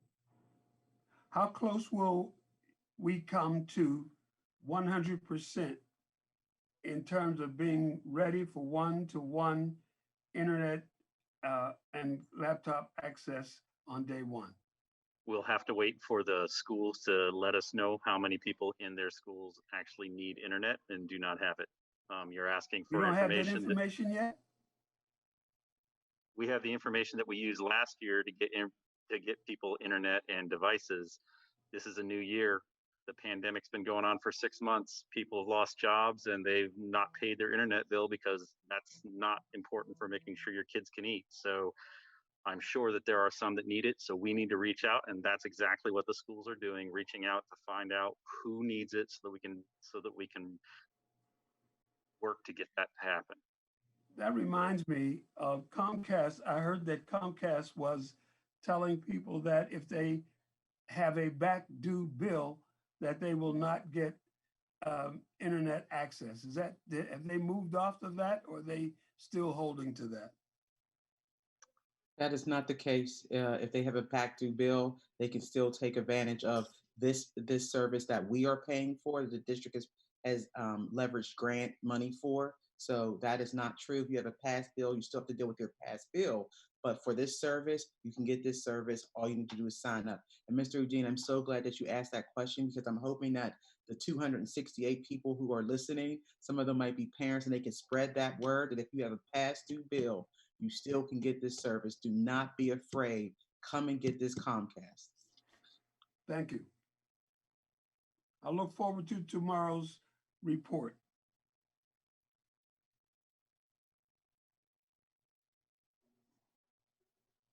Okay, thank you. Are there any other questions or comments on 15.01? Ms. Wilson, I have one. Go ahead. I'd like to thank Mr. Carter and Mr. Joseph for quickly answering my questions about the site-based budget and the money being transferred over to purchase computers and laptops so we can get the one-to-one technology. And just a quick question, Mr. Joseph, will all that money from the site-based budget you think will be depleted after we're done that we used for that? So the money from the spring when we did the initial purchase, that was the pooling of the site-based budgets. We had to find additional funding. So this isn't specifically site-based budget funding to make this purchase, because we had to secure these laptops first before canceling the previous PO. But we only took the resources that we needed to be able to purchase that amount, and that was from the prior year site-based budget. So right now, this purchase does not specifically affect the current year school's budgets. Fantastic. Thank you so much. Ms. Wilson, may I say something, please? Go ahead. Okay, I just like the people who have been criticizing that we didn't have the technology available sooner, didn't do this, didn't do that, I'd like to remind them that we were not planning to be a one-to-one district this quickly. All right. And can you imagine if when we approved the budget 2 Decembers ago, and even last December, if we said we were going to put a whole bucket of money aside to buy devices so that every student had a device, we would have been publicly criticized very loudly when people say we needed to use it for this, that, and everything else on our to-do list of things to fund. So yes, we've had issues in rolling out the one-to-one devices. Some of them are because of the lead time. Some of it's because every district in this, or not every district, many districts in this country, along with places of employment, who all of a sudden had to go to remote this and remote that, all of a sudden needed to get devices they didn't previously need and wasn't previously in the pipelines from the various manufacturers. So the fact that we've been able to purchase the amount we've been able to purchase and get it delivered as quickly as we've had, starting back with the first purchases during the spring, I think is tremendous. I mean, just as it was noted earlier in this, I think this conversation, that we originally had approved a different vendor for the computers for the 2nd through 5th graders. And then that vendor had issues. So then we had to go and make yet another order. And yeah, it's come down to the deadline of school opening next week. And I don't say it's ideal, but I also would like to give a lot of praise to what we've been able to do as a district, because I firmly believe that we couldn't have done any better unless we were handed everything and there was a warehouse right next door that had a stockpile unused, so to speak. So I'd like to thank everybody in the district who's been involved in getting the orders done, getting the money, figuring out where to get the money from, getting the grants for when cover expenses when we needed grants, and now even helping with the distribution and redistribution, whether it was last spring or even now. And the other point I want to address that we've had complaints and I've seen in emails and was about the fact that some of the computers that were handed out at the beginning of the summer, they're saying, why do we already have to redo them or hand them back to get them other stuff put on? Well, I believe the reason was decisions that were made. We're changing learning management system. If you received a computer in June for your child, it didn't have Schoology. It didn't have some other stuff. So we would have to have done the update because of that. And I believe other updates, and there's probably some OS updates or other stuff. And if I remember correctly, Science and Technology Academy or SciTech, their students have to hand in their computers every summer to get refreshed, even if they're getting the same ones back. So this is not an unknown thing. It's just, I think it took people, it kind of caught them off guard. And so I thought we really owed them that explanation. Thank you very much. Okay, thank you, Mrs. Kennedy. We certainly are in competition on getting electronic devices. Everybody is trying to get them that didn't have them before. All right, at this time, I think I'm ready to receive a motion and a Ms. second. Wilson, Go ahead, Ms. Falls. Go Wilson, ahead. I am so sorry to bother you, but Ms. someone just brought it to my attention that there seems to be some conflicting news on the television, that they're saying that sports will not start till November 5th, and some are saying that there will be sports, whatever. So I'm sure there'll be the need to get clear, and there's 2 different versions going out there. So someone just brought it to my attention, so I just wanted to bring it to yours, everybody's. We'll make sure that Ebony Pugh gets out to the media outlets, put out a press release. I think she did already, but we'll do it again just to make sure, so we clarify the information. That's what my little knock on the door was. I just wanted to share it. Thank you all. Thank you, Ms. Falls. Thank you. Okay, now can I get a motion and a second to approve? Ms. Wilson, I actually have one more question. All right, one more question. I just want Mr. Joseph to highlight, because I know that there's been some conflicting information as always, and concern about the amount of investment we've made in technology. So, Mr. Joseph, can you just highlight the amount of money we've spent since the beginning of COVID on new technology for students so that parents and families are aware? I wish you would have asked me to get that exact number. But I know that when I can just highlight the devices briefly, and then the What amount of about devices roughly? that Do we you have had an to. estimated number? Would you say that it's somewhere in the figure of So it was 10 about million? 1.54. So between two purchases, it's getting probably closer to 10 million, because I think There, we 10 million. purchased in the vicinity of probably 21,000 devices since the start, because we had the initial purchase of 5,000 devices that we did, I believe, in April. In May, we purchased the initial 7,000 that we had to move to another vendor and purchase another 7,000. I believe we purchased 2,000 staff laptops, 2,000 iPads, additional 6,000 or 7,000 laptops for students in grades 6 through 12. So yeah, probably closer to that $10 million number. Thank you. And thank you, Ms. Wilson. And Mr. Carter, I just heard you move that we approve 15.01, the budget transfer. I know I heard that, and I just heard Miss Kennedy seconded. Yes, you did. Thank you very much. I love your style. Mr. Weiss, could we have a roll call vote on this item, please?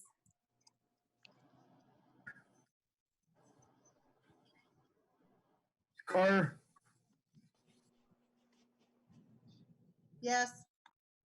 Ms. Edwards, Yes. Yeah. Ms. Falls, Yes. Mr. Gallagher, Yes. Ms. Harbin, Yes. Mrs. Kennedy, Yes. Farrow, Yes. Mr. Dean, Yes. Mrs. Wilson. Yes. Item is approved. All right, thank you, Mr. Weiss. We now have items 16.01 and 16.02, the financial statements and controllers reports for the month ending July 31st, 2020. This is before us now. Are there any questions or comments on this section?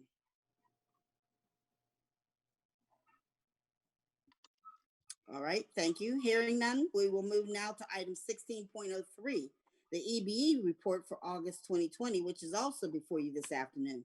Are there any questions or comments on this report?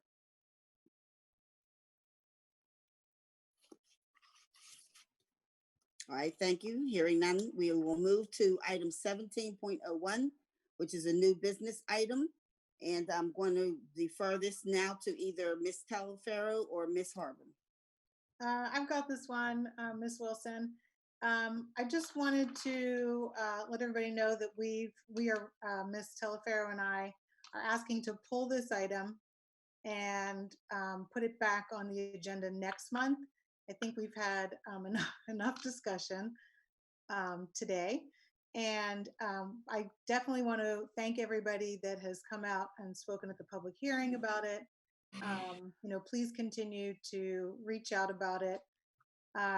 There was no problem pulling it because the task force, the date was pushed back till November, so we still have opportunity to vote on it next month. So thank you. We're going to pull it for this month. All right, thank you, Ms. Harbin.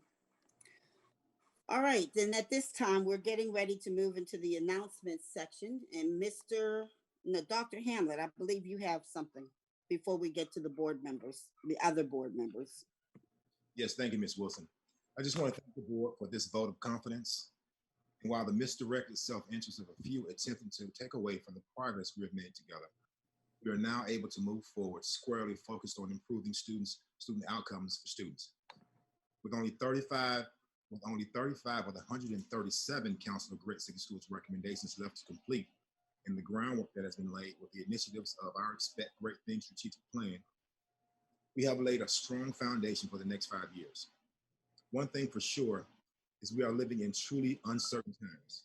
But what is not uncertain is our responsibility to ensure our students are prepared to be successful and competitive in the 21st century global economy. Throughout the COVID-19 pandemic, our students have proven themselves resilient, intelligent, and considerate of their fellow man. putting them far ahead of the previous generations. It is incumbent upon us to ensure we develop these assets of our students. Dr. Martin Luther King once said, "The ultimate measure of a man is not where he stands in moments of comfort and convenience, but where he stands at times of challenge and controversy." I want to say to those who have shared their concerns regarding the achievement of Black and Brown students in our district that I hear you. I hear you loud and clear. Yes, we are inevitably lost some ground we had made with our students due to the closure of schools this past spring. This will make for a tough road ahead. As the African proverb says, if you want to go fast, go alone. If you want to go far, go together. I'm committed to bridging all divides, as I know that each of you play a valuable role in the success efforts of our students. We will not lose sight of our charge to work against racist ideas and policies that prevent our students from experiencing a bias-free education. I look forward to working closely with Kathy Elliott and Gwen's girls to continue our work to reduce disproportionate rates of arrests affecting Black children. We also will continue our intentional efforts to eliminate racial disparities in African achievement levels for our students. As outlined in our On Track to Equity plan, our most extensive and comprehensive equity plan to date. Even in the midst of a pandemic, we are committed to the work we have begun through Imagine PPS, our strategic plan for the future. Now more than ever, we must make changes to our system necessary to get the results we want for our students. I take this charge as your superintendent as my #1 priority. I know that taking steps to align instruction standards, increase progress monitoring, elevate data reporting, invest in new curriculum, and improve professional learning for all staff are not the kinds of actions that grab headlines, but those are the foundational headlines that we need to put in place, the foundational elements that need to be put in place as we move forward in the next step. Pittsburgh Public Schools would not be primed for the road ahead if those foundational elements are not put in place. Imagine PPS builds on the work we have begun and puts into superdrive our efforts to empower students with the knowledge and life skills they need to thrive in our global economy. For Imagine PPS, we continue our work to design an educational delivery model that aligns to the values of our city and positions us to reach our goals for students. Right now, though, my immediate first action is ensuring that we are prepared for a successful start of school on Monday. Through a collaborative effort with the Pittsburgh Federation of Teachers, we have been able to develop a memorandum of understanding to support full-time online instruction. I remain committed to this spirit of collaboration as we continue our efforts to ensure Pittsburgh Public Schools remains fiscally sound, academically strong, and a first choice for students, families, teachers, and other staff in Pittsburgh. I want to thank all of our school leaders, teachers, school staff for their flexibility and commitment to putting students first. I must also thank the members of my executive cabinet, central office, operations, and a big round of applause for IT staff for their commitment to children and families of Pittsburgh. When I arrived at Pittsburgh Public Schools to take on my first superintendency, I left Palm Beach County intent on making Pittsburgh my home. I understand the challenge ahead and the time it will take to truly transform the district for our students. I now have a heart for this city, its residents, and most importantly, its children.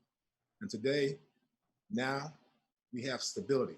We need to ensure all students receive high quality education they deserve and that all graduate with a plan for their future and beyond. Thank you, Ms. Wilson. Thank you, Dr. Hamlet. This part makes me sad, this announcement section, because we can't get to schools. We can't highlight the kids. I can't take pictures. It's just, this is a really different year. But I know we still may have some board members who have some announcements at this time.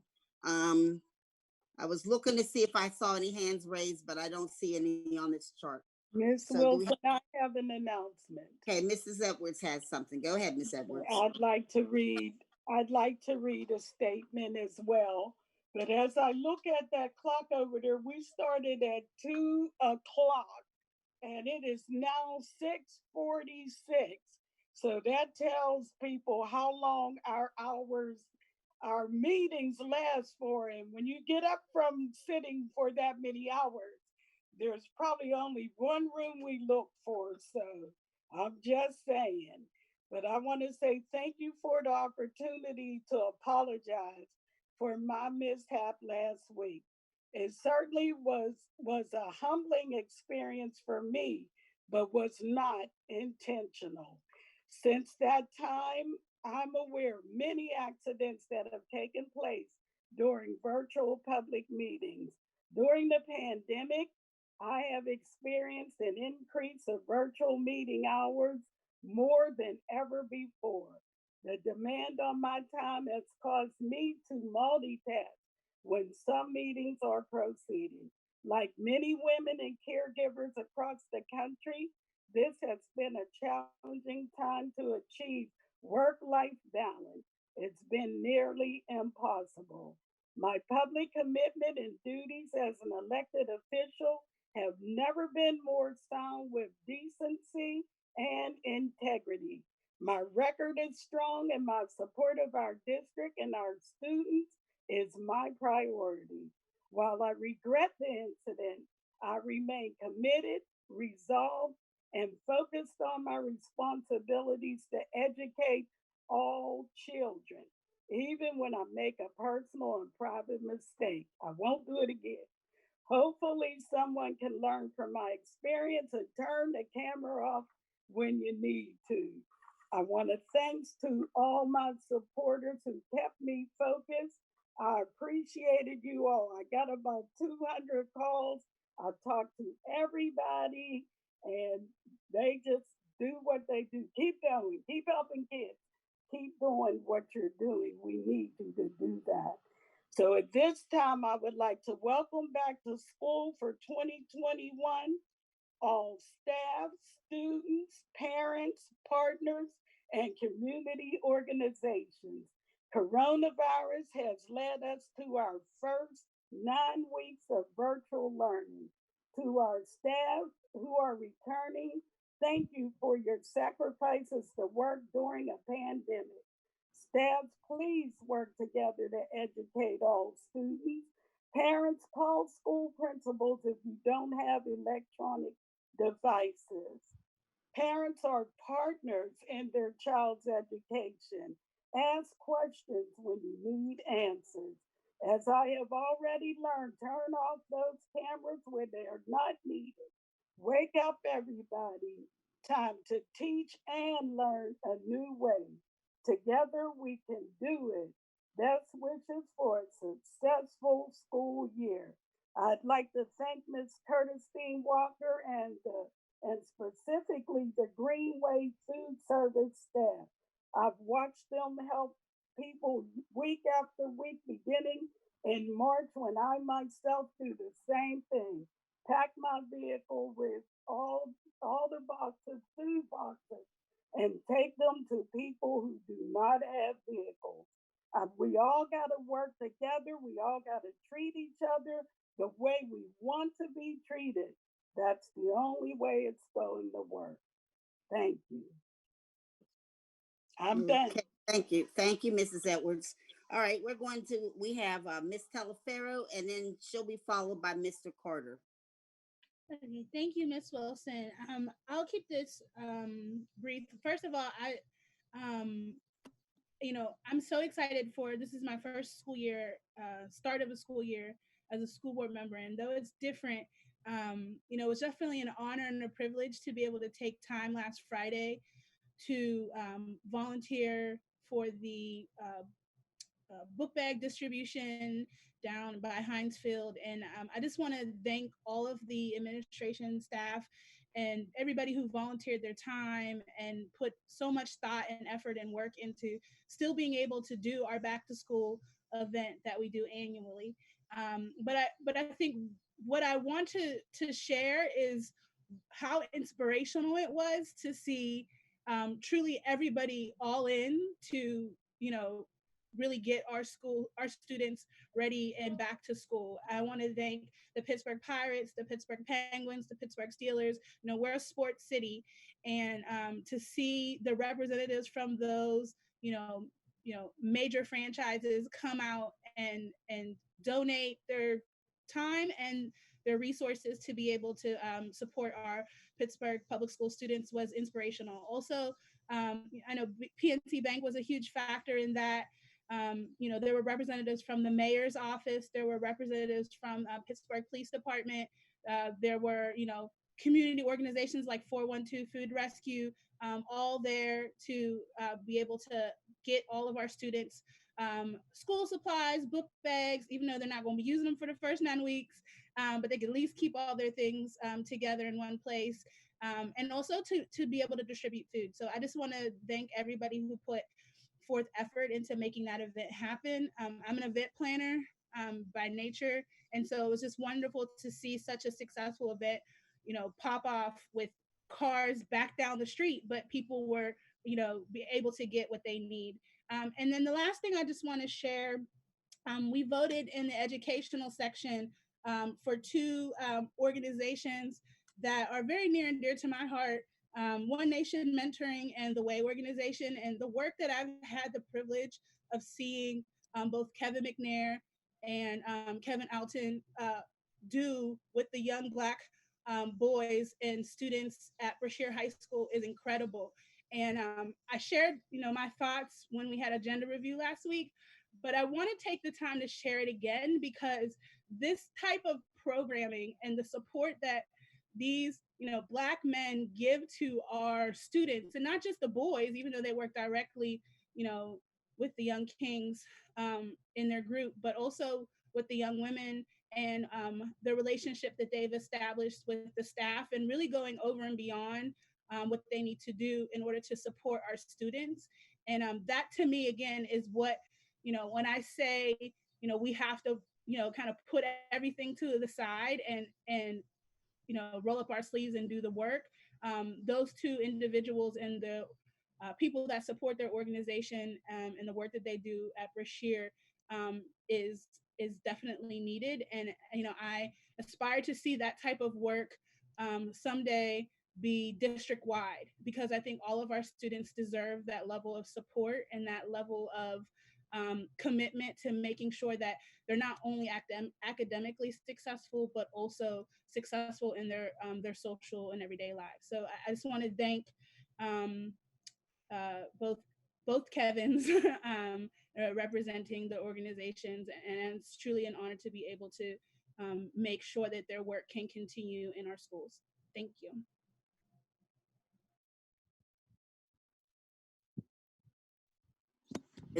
Mr. Carter, I was hoping you were just going to jump in right away. Is it my turn now? Yes, absolutely. Kevin is a great name, isn't it, Ms. Talaferro? I too have all the utmost appreciation and respect for Mr. Olton and Mr. McNair and the work that they do with their respective organizations. But I've actually have come to make an announcement just to thank Ms. Wilson for her leadership and her candor and her ability to bring us together through some very difficult votes. I did not support Ms. Wilson for president during the election of officers. I didn't support anyone. I didn't vote. But I have come to deeply admire and respect her leadership style and ability. And I think a lot of the attacks I've seen on her are completely unjustified. And I had this as a part of my written statement, but as I always do, I go off script. But I definitely wanted to make sure I took the time to thank Miss Sylvia Wilson for all that she has done for education and for her leadership in a time that has been impacted tremendously by crisis after crisis, and her ability to remain calm, to remain fair, to remain objective, and to give everybody the opportunity to share their opinion, whether or not she agrees or disagrees, has been absolutely refreshing. So, Ms. Wilson, thank you very much.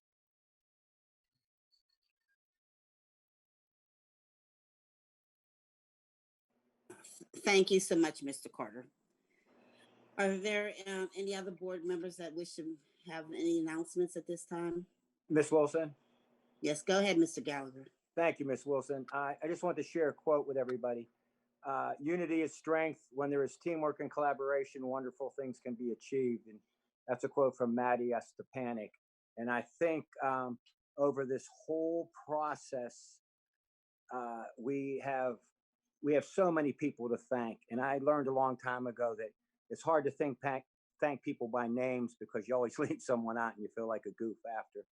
But I really think, I got to thank my fellow board members. This was a pretty eye-opening challenge, and it was pretty cool, and we can all learn from everything. As we know we're all lifelong learners. I appreciate your efforts. You've been someone I've looked up to for probably, I don't want to say 30 years, but pretty darn close to it, Miss Wilson. And I know you carried a torch for a lot of people.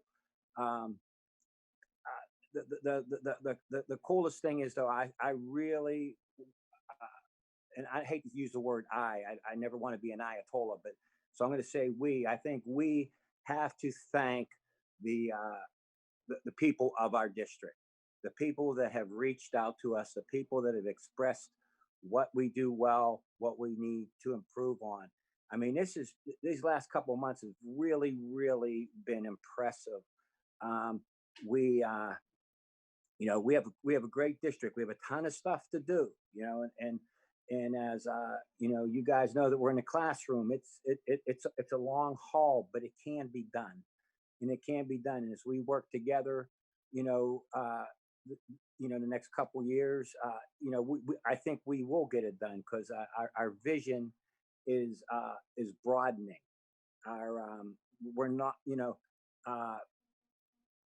anybody that knows me, like those PSSA test scores and that stuff, I've never been sold on them. I think they're a moneymaker. I think there are ways that we can measure improvement that's sound with data. We can measure reading scores, we can measure math scores, and I think we have to look into stuff like that. And I just think it's really, really exciting time we're in, even though it's so crazy with this COVID. And I also want to get a shout out. I don't want to step on Miss Edwards' feet, but Pepsi Farrow was appointed the new head coach at Perry Traditional Academy, which we still call it. I know it's not the technical name. And he is really excited to do great things with the kids of the North Side.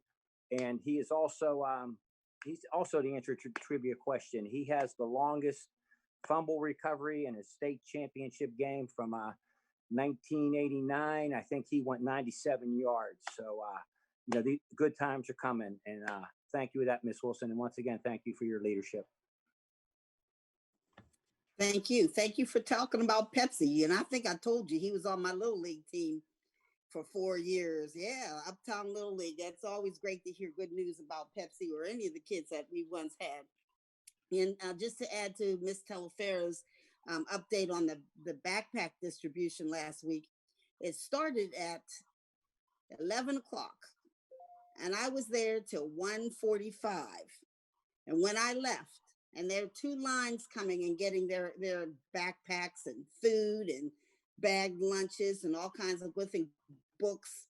When I left, the line went all the way from the gold lot where we were, close to the Steeler Stadium, and went all the way down to Federal Street and around the corner.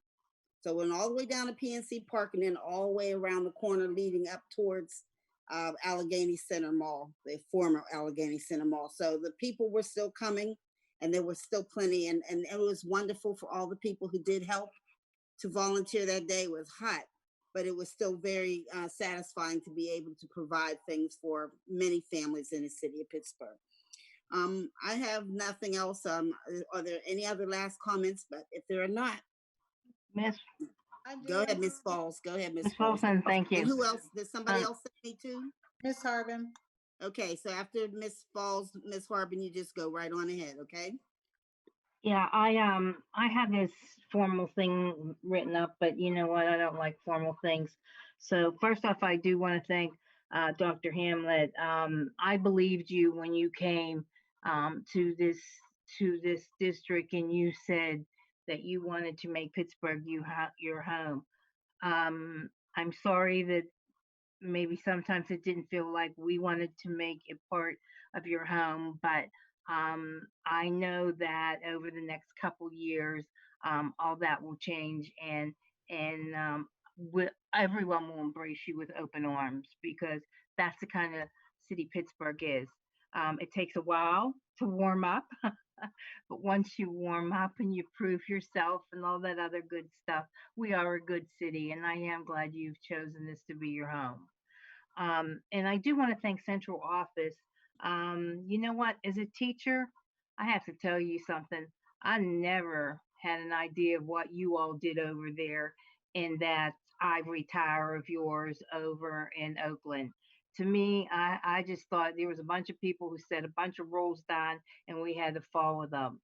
And I have really learned that individually, you guys are really great people in addition to what you do. And I want you to know how much I respect this. And I will continue to try to be the bridge that between administration and staff and etc. because I think it's so hugely important. And there were just so many programs that I could thank you for, but I have to tell you right now, there's nothing more that's exciting me than the future that's coming for CTE. And I want to tell you something. We're gonna make a mark on this nation like has never been done before. They're gonna come to us and beg to come back into this district, and they're gonna ask for to be modeled so that they can see across this country what's been done here. So for all the non-believers, that's okay. Just hold on. You're gonna believe. And I just again want to say, my colleagues, yes, we've had our ups and downs. We're going to have them. That's okay. But we know what we're all here to do is to work for the benefit of the kids. And we'll iron out all our differences and all of our problems. And I'm so proud to be able to say I'm a Pittsburgh Public School Board Director. And Mr. Weiss, thank you about a lot because you put up a lot of crap with me. And honest to goodness, I have to thank you because you and I are on speed dial. And I just want to thank you for always being there. And you know what? Thank you, City of Pittsburgh. I am so proud to live here, to work here, and to always and hopefully die here. So thank you for everybody. Thank you. And our military, past, present, and future. Please, please, please, please, let's get these wars and these wars over and people fighting each other and all this other stuff, and let's try to live somewhat in peace in a world. Thank you. I'll be quick because I know this has been a long day, but I just wanted to acknowledge that this is the most unusual start to a school year that I've ever experienced. And I understand that everybody probably has high anxiety right now. It's a lot to learn, a lot of new things to do. It's a school year where students don't get to actually meet their teachers in person. And I think it's going to be really difficult for a lot of people, some more than others. I just want the parents and the staff that have to do this whole thing a new way, and the students to, be patient with yourself, have grace with other people, because it's probably all going to fall apart at some point. I mean, I've got 2 kids that I'm trying to prepare, and it's definitely nerve-wracking. So I just hope everybody just do your best. If it's not working, reach out to somebody. All the board members I know are always available to help if you're not getting anywhere.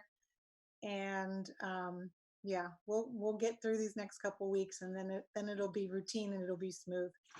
I also want to just thank everybody that has worked really, really hard to figure this out.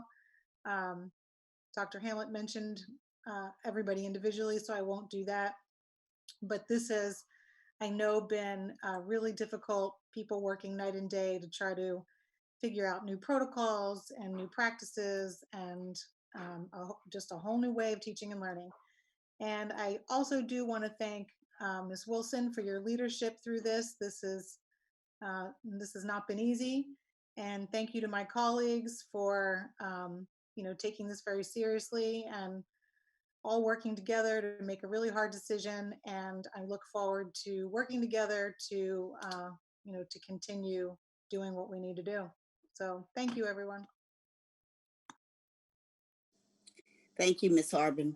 And before we leave, we'd like to thank all the district personnel who were presenting the all-in sessions in the evenings for parents and community members. The Schoolology and Microsoft Teams session last night, I did participate with that. Ms. Fall said she did too. I mean, very clear, very good understanding of what's going on. Gives you a much better understanding of everything that our kids are going through and how we will deal with it. So it's a lot of hard work to have presented all of that information. And we want to thank all of the district personnel who helped to do that. And of course, we know that our technology people like Dave Skolniak and others have worked really hard to make sure that those sessions go very smoothly. All right. I think that we've come finally to the adjournment. So at this time, I need to have a motion. Motion. And it's Second. Ms. Falls and Ms. Kennedy. There's our motion, our second. Here we go. Okay. All in favor of adjourning, say aye. Aye. Aye. Thank you, Laura, for all you do too. Absolutely. Absolutely. You're absolutely correct. All right, folks, the meeting is adjourned. Thank you all for enduring all this. And Folks, we'll say good stay night. safe. Be safe, everybody. Be Everybody. safe. Good night. Good night.